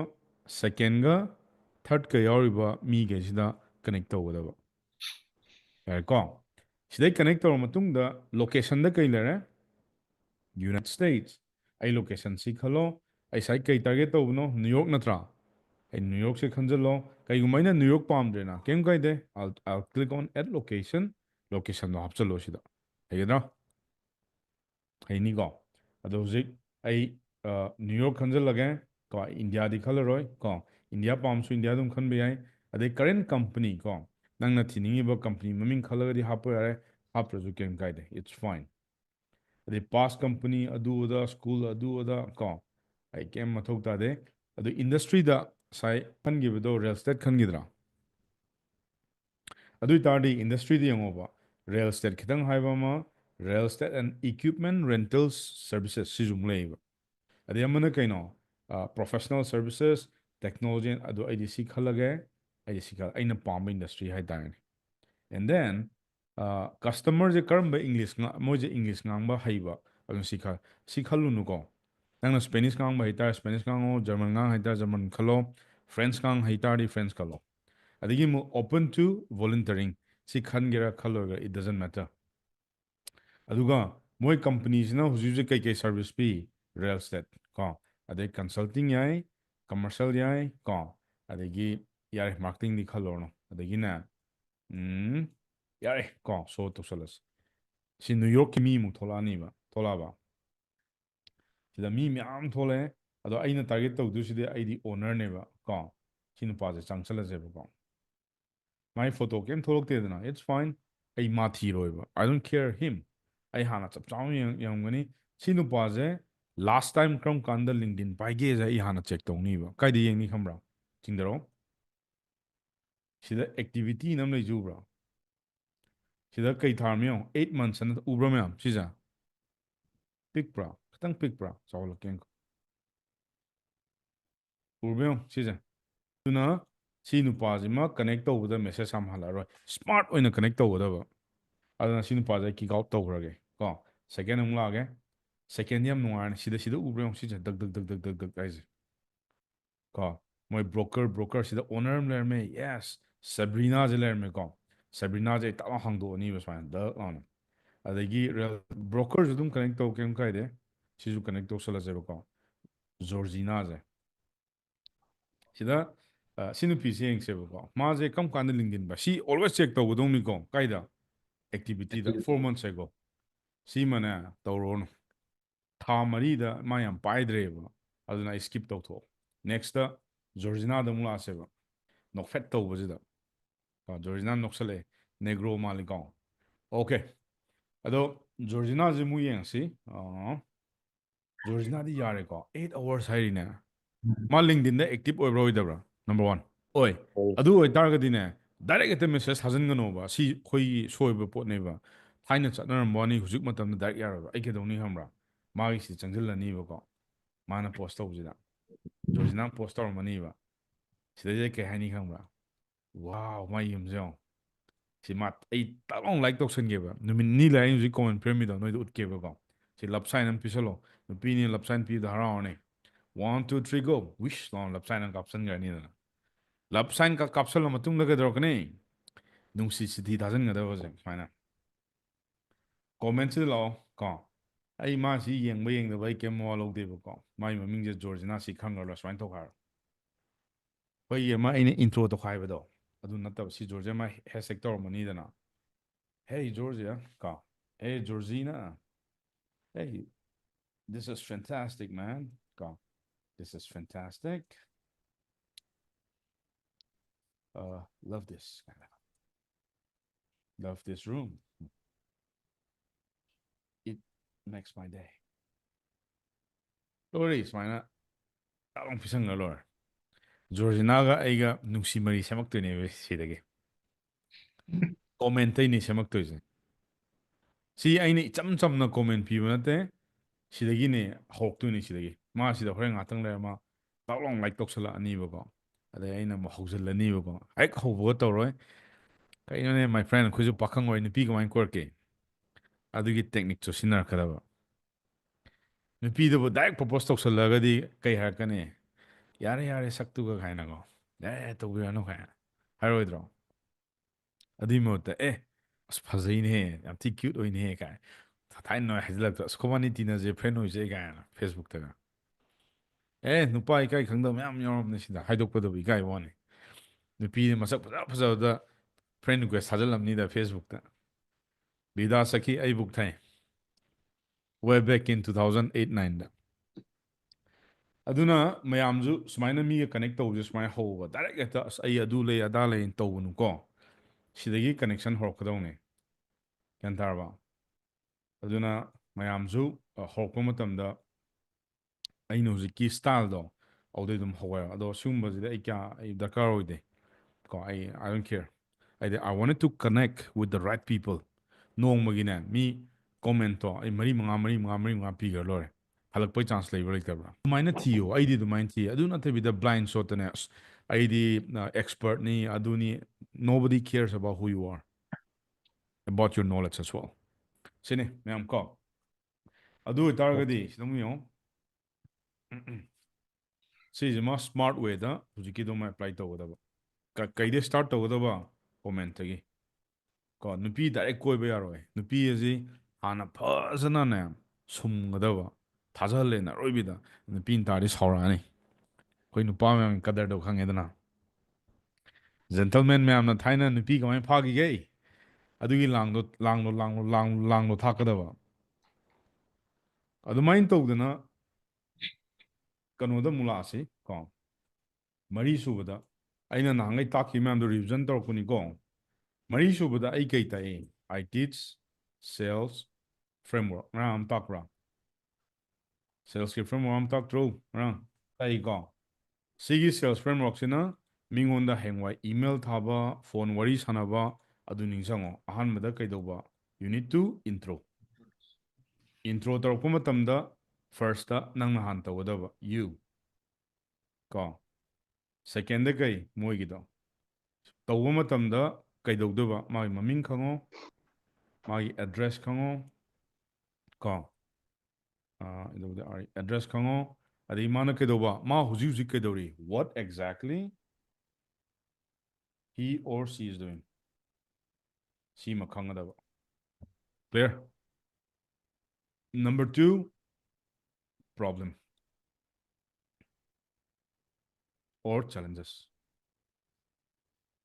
or struggling ꯁꯤ figure out ꯇꯧꯒꯗꯕ ꯌꯥꯔꯕ number 3 every person has goals ꯂꯣꯏ ꯂꯩꯅꯤꯀꯣ number 4 you need to build a relationship ꯍꯌꯦꯡꯋꯥꯏ ꯏꯟꯇꯔꯅꯦꯁꯅꯦꯜ ꯀ꯭ꯂꯥꯏꯟꯠ ꯐꯦꯜ ꯑꯣꯏꯔꯀꯥꯟꯗ ꯁꯤ ꯃꯔꯛꯁꯤꯗꯅꯦ ꯅꯪ ꯑꯗꯨꯝ ꯐꯦꯜ ꯑꯣꯏꯗꯣꯏꯁꯦ ꯍꯦꯛ ꯁꯤꯗ ꯑꯣꯏꯗ꯭ꯔꯕ ꯑꯩ ꯅꯥꯀꯦꯟꯕꯤꯒꯦ ꯅꯝꯕꯔ 5ꯇ ꯀꯩꯗꯧꯔꯛꯀꯅꯤ ꯉꯔꯥꯡ ꯑꯩꯅ ꯇꯥꯛꯄ ꯑꯃ 3S ꯅꯤꯡꯁꯤꯡꯕ꯭ꯔꯥ ꯀꯣ ꯅꯠꯇ꯭ꯔꯒ ꯃꯤꯅ ꯄꯥꯝꯃꯣꯏ ꯅꯪ ꯄ꯭ꯔꯗꯛꯇꯣ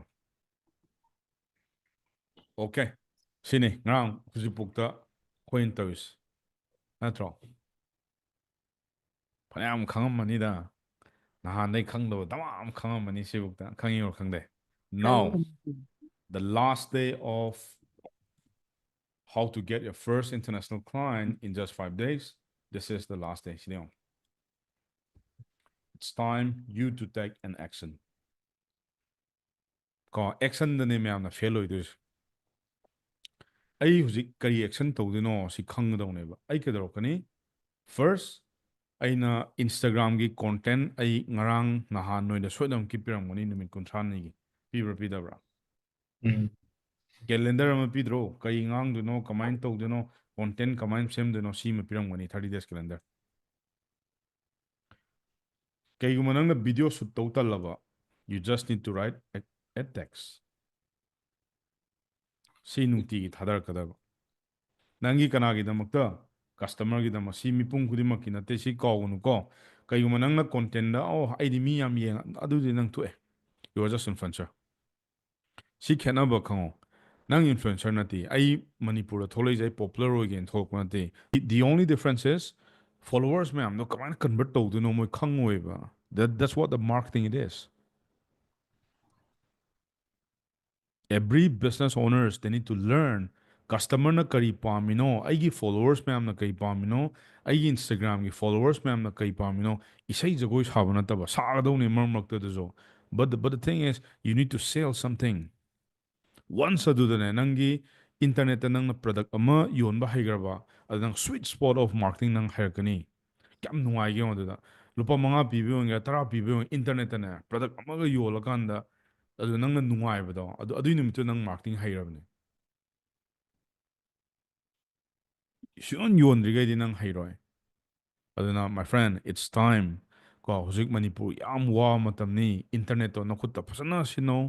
ꯂꯥꯏꯔꯤꯛ ꯅꯨꯡꯇꯤꯒꯤ ꯄꯥꯎ ꯂꯥꯏꯔꯤꯛ ꯄꯥꯎꯗꯤ ꯅꯪꯅ ꯆꯪꯅꯤꯡꯉꯤꯕ ꯐꯤꯜꯗꯨꯗꯅꯦ ꯊꯃꯣꯏ ꯁꯦꯡꯅꯅꯦ ꯑꯩ ꯁꯤꯝꯇꯗꯤ ꯑꯩ ꯃꯤ ꯑꯣꯏꯗ ꯌꯥꯔꯣꯏꯀꯣ ꯂꯨꯞꯊꯔꯒ ꯊꯥ 3 ꯑꯃ ꯆꯍꯤ ꯑꯃ ꯐꯖꯅ ꯍꯣꯠꯅꯧ ꯀꯩꯗꯧꯕꯩ ꯅꯪ ꯃꯥꯏ ꯄꯥꯛꯑꯣꯏꯗꯣꯏꯅꯣ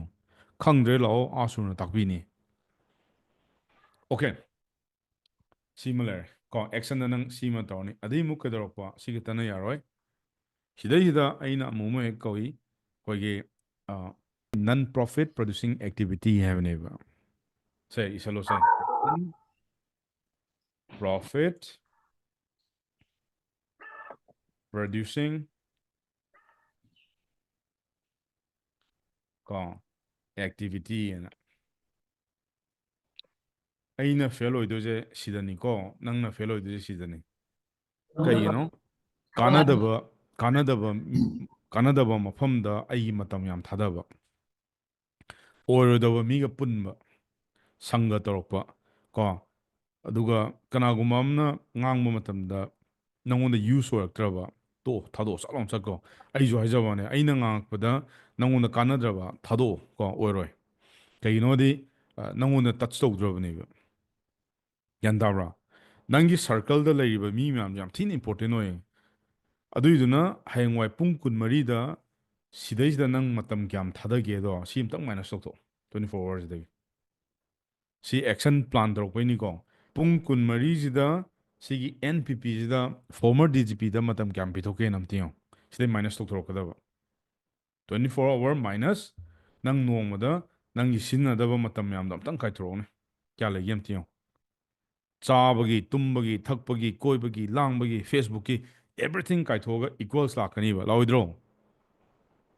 ꯑꯩ ꯅꯣꯡꯃꯗ ꯃꯇꯝ ꯀꯌꯥꯝ ꯁ꯭ꯄꯦꯟ ꯇꯧꯏ for example let's say 20 hours ꯍꯥꯏꯔꯁꯦꯕ ꯄꯨꯡ 24ꯁꯤꯗ ꯑꯩ ꯄꯨꯡ 10 ꯑꯃꯗꯤ ꯇꯨꯝꯕꯒ ꯆꯥꯕꯒ ꯍꯤꯞꯄꯒ ꯑꯣꯐꯤꯁ ꯆꯠꯄꯒ ꯑꯩ ꯁꯤ ꯂꯣꯏꯈ꯭ꯔꯦꯕ ꯂꯦꯝꯍꯧꯔꯤꯁꯦ ꯀꯌꯥꯅꯣ ꯄꯨꯡ 4 ꯁꯤꯗꯩꯗ ꯑꯃꯨꯛ ꯌꯨꯝ ꯍꯜꯂꯛꯑꯒ ꯑꯃꯨꯛ ꯑꯩ ꯐꯣꯟ ꯑꯃꯨꯛ ꯅꯝꯗꯣꯏꯅꯦꯕ ꯅꯝꯃꯣꯏꯗ꯭ꯔꯥꯅꯦ ꯂꯦꯇ꯭ꯔꯤꯟ ꯆꯪꯉꯦ ꯐꯣꯟ ꯅꯝꯅꯤ ꯆꯥꯛ ꯆꯥꯔꯦ ꯐꯣꯟ ꯅꯝꯅꯤ ꯕ꯭ꯔꯁ ꯇꯧꯔꯦ ꯐꯣꯟ ꯌꯦꯡꯅꯤ ꯋꯥꯀꯤꯡ ꯆꯠꯂꯦ ꯐꯣꯟ ꯌꯦꯡꯅꯤ ꯌꯦꯡꯗ꯭ꯔꯣ ꯑꯗꯨ ꯑꯣꯏꯇꯥꯔꯒꯗꯤ NPPꯁꯤꯗ ꯃꯇꯝ ꯀꯌꯥꯝ ꯈꯥꯏꯗꯣꯛꯈꯤꯒꯦ ꯑꯃ ꯌꯦꯡꯕꯤꯔꯣ ꯌꯥꯔꯕ ꯁꯤ ꯈꯥꯏꯗꯣꯛꯑꯕ ꯃꯇꯨꯡꯗ ꯅꯣꯡꯃꯒꯤꯅꯦ ꯗꯦꯂꯤ ꯒꯣꯜꯁ ꯏꯁꯥꯅ ꯊꯝꯕꯤꯔꯣ ꯁꯤꯗꯒꯤ ꯅꯪ ꯗꯤꯁꯤꯄ꯭ꯂꯤꯟ ꯑꯃ ꯁꯦꯝꯕꯤꯈ꯭ꯔꯣ ꯀꯣ you need to create your discipline ꯑꯩ ꯅꯣꯡꯃꯗ ꯄꯨꯡ ꯀꯌꯥꯗꯩ ꯊꯕꯛ ꯇꯧꯅꯤ ꯄꯨꯡ ꯀꯌꯥ ꯂꯣꯏꯁꯟꯅꯤ ꯑꯩ ꯅꯣꯡꯃꯒꯤ ꯇꯥꯛꯁꯁꯤ ꯀꯩꯅꯣ ꯅꯪ ꯅꯣꯡꯃꯒꯤ ꯇꯥꯛꯁꯇꯤ you need to sell if you're not selling every day you'll fail it ꯅꯨꯡꯇꯤꯒꯤ ꯁꯦꯜꯁ ꯇꯧꯅꯕ ꯍꯣꯠꯅꯔꯣ ꯑꯗꯣ ꯃꯌꯥꯝꯅꯅꯦ ꯀꯩꯒꯨꯝꯕ ꯁꯤꯒꯤ ꯏꯟꯇꯔꯅꯦꯁꯅꯦꯜꯒꯤ ꯁꯤꯒꯤ ꯂꯝꯕꯤꯁꯤꯗ ꯀꯩꯒꯨꯝꯕ ꯃꯌꯥꯝꯅ ꯐꯖꯅ ꯀꯣ ꯇꯝꯅꯤꯡꯉꯕ for the next 30 days if you want ꯀꯩꯒꯨꯝꯕ international client or ꯑꯩꯈꯣꯏ ꯃꯅꯨꯡꯗ ꯅꯣꯏꯅ ꯐꯖꯅ ꯇꯝꯅꯤꯡꯉꯕ ꯁꯤꯒꯤꯁꯦ ꯑꯩꯅ 30 days challenge ꯑꯅ only for international ꯀꯩꯒꯨꯝꯕ ꯅꯪꯅ international clientꯒ ꯊꯕꯛ ꯇꯧꯃꯤꯟꯅꯅꯤꯡꯉꯕ ꯁꯤꯒꯤ ꯆꯦꯂꯦꯟꯖ ꯑꯃ ꯂꯩ 30 days challenge ꯑꯅ ꯁꯦꯀꯦꯟꯗ ꯑꯩꯗꯤ ꯍꯥꯟꯅ ꯃꯅꯤꯄꯨꯔꯗ ꯇꯧꯒꯦ ꯍꯥꯏꯇꯥꯔꯒꯅ 60 days challenge ꯑꯅ ꯀꯣ ꯆꯦꯂꯦꯟꯖ ꯑꯅ ꯁꯤꯗꯩꯗ ꯅꯪꯒꯤ ꯗꯦꯁꯇꯤꯅꯦꯁꯟ ꯈꯟꯖꯧꯕ ꯑꯩꯁꯦ ꯁꯤꯗ ꯆꯠꯁꯤꯔꯥ ꯑꯩꯁꯦ ꯁꯤꯗ ꯆꯠꯁꯤꯔꯥꯅ ꯁꯤꯗꯗꯤ ꯃꯅꯤꯄꯨꯔꯗꯗꯤ ꯅꯪꯉꯣꯟꯗ ꯍꯦꯟꯖꯟꯕ ꯈꯔ ꯋꯥꯔꯅꯤ ꯁꯤ ꯇꯝꯈ꯭ꯔꯗꯤ ꯁꯤꯗꯅ ꯑꯃꯨꯛ ꯑꯩ ꯏꯟꯇꯔꯅꯦꯁꯅꯦꯜ ꯂꯦꯚꯦꯜꯗ ꯊꯣꯛꯂꯛꯑꯒ ꯐꯖꯅ ꯊꯕꯛ ꯇꯧꯔꯛꯀꯦꯗꯤ ꯅꯪ ꯇꯝꯕ ꯑꯃ ꯆꯪꯉꯤ ꯑꯩꯅ ꯍꯧꯖꯤꯛ ꯇꯥꯛꯈ꯭ꯔꯤ ꯃꯌꯥꯝꯁꯦ ꯀꯣ ꯁꯤꯁꯦ ꯅꯪ ꯄꯨꯂꯞ ꯑꯩꯒ ꯏꯝꯄ꯭ꯂꯤꯃꯦꯟꯇꯦꯁꯟ ꯇꯧꯗꯣꯏꯅꯦꯕ ꯀꯃꯥꯏꯅ ꯃꯦꯁꯦꯖ ꯊꯥꯅꯤ ꯀꯃꯥꯏꯅ ꯇꯧꯅꯤ ꯀꯃꯥꯏꯅ ꯋꯥꯔꯤ ꯁꯥꯟꯅꯅꯤ ꯑꯗꯒꯤ ꯑꯩ ꯑꯣꯐꯂꯥꯏꯟꯗꯁꯨ ꯀꯧꯔꯛꯀꯅꯤ ꯁꯤꯗꯗꯤ ꯀꯩꯒꯤꯅꯣ ꯅꯪꯒꯤ ꯑꯍꯥꯟꯕ ꯏꯟꯇꯔꯅꯦꯁꯅꯦꯜ ꯀ꯭ꯂꯥꯏꯟ ꯑꯃ ꯀ꯭ꯔꯦꯛ ꯇꯧꯕ ꯃꯇꯝꯗ ꯅꯊꯟꯗꯅ ꯉꯝꯃꯣꯏ ꯈꯔ ꯋꯥꯅꯤ ꯑꯗꯨꯒ ꯁꯤꯗꯩꯁꯤꯗ ꯃꯌꯥꯝꯅꯅꯦ ꯑꯦꯅꯤ ꯀꯣꯏꯁꯟ ꯍꯪꯅꯤꯡꯕ ꯃꯌꯥꯝ ꯍꯪꯕꯤꯔꯛꯑꯣ ꯌꯥꯅꯤ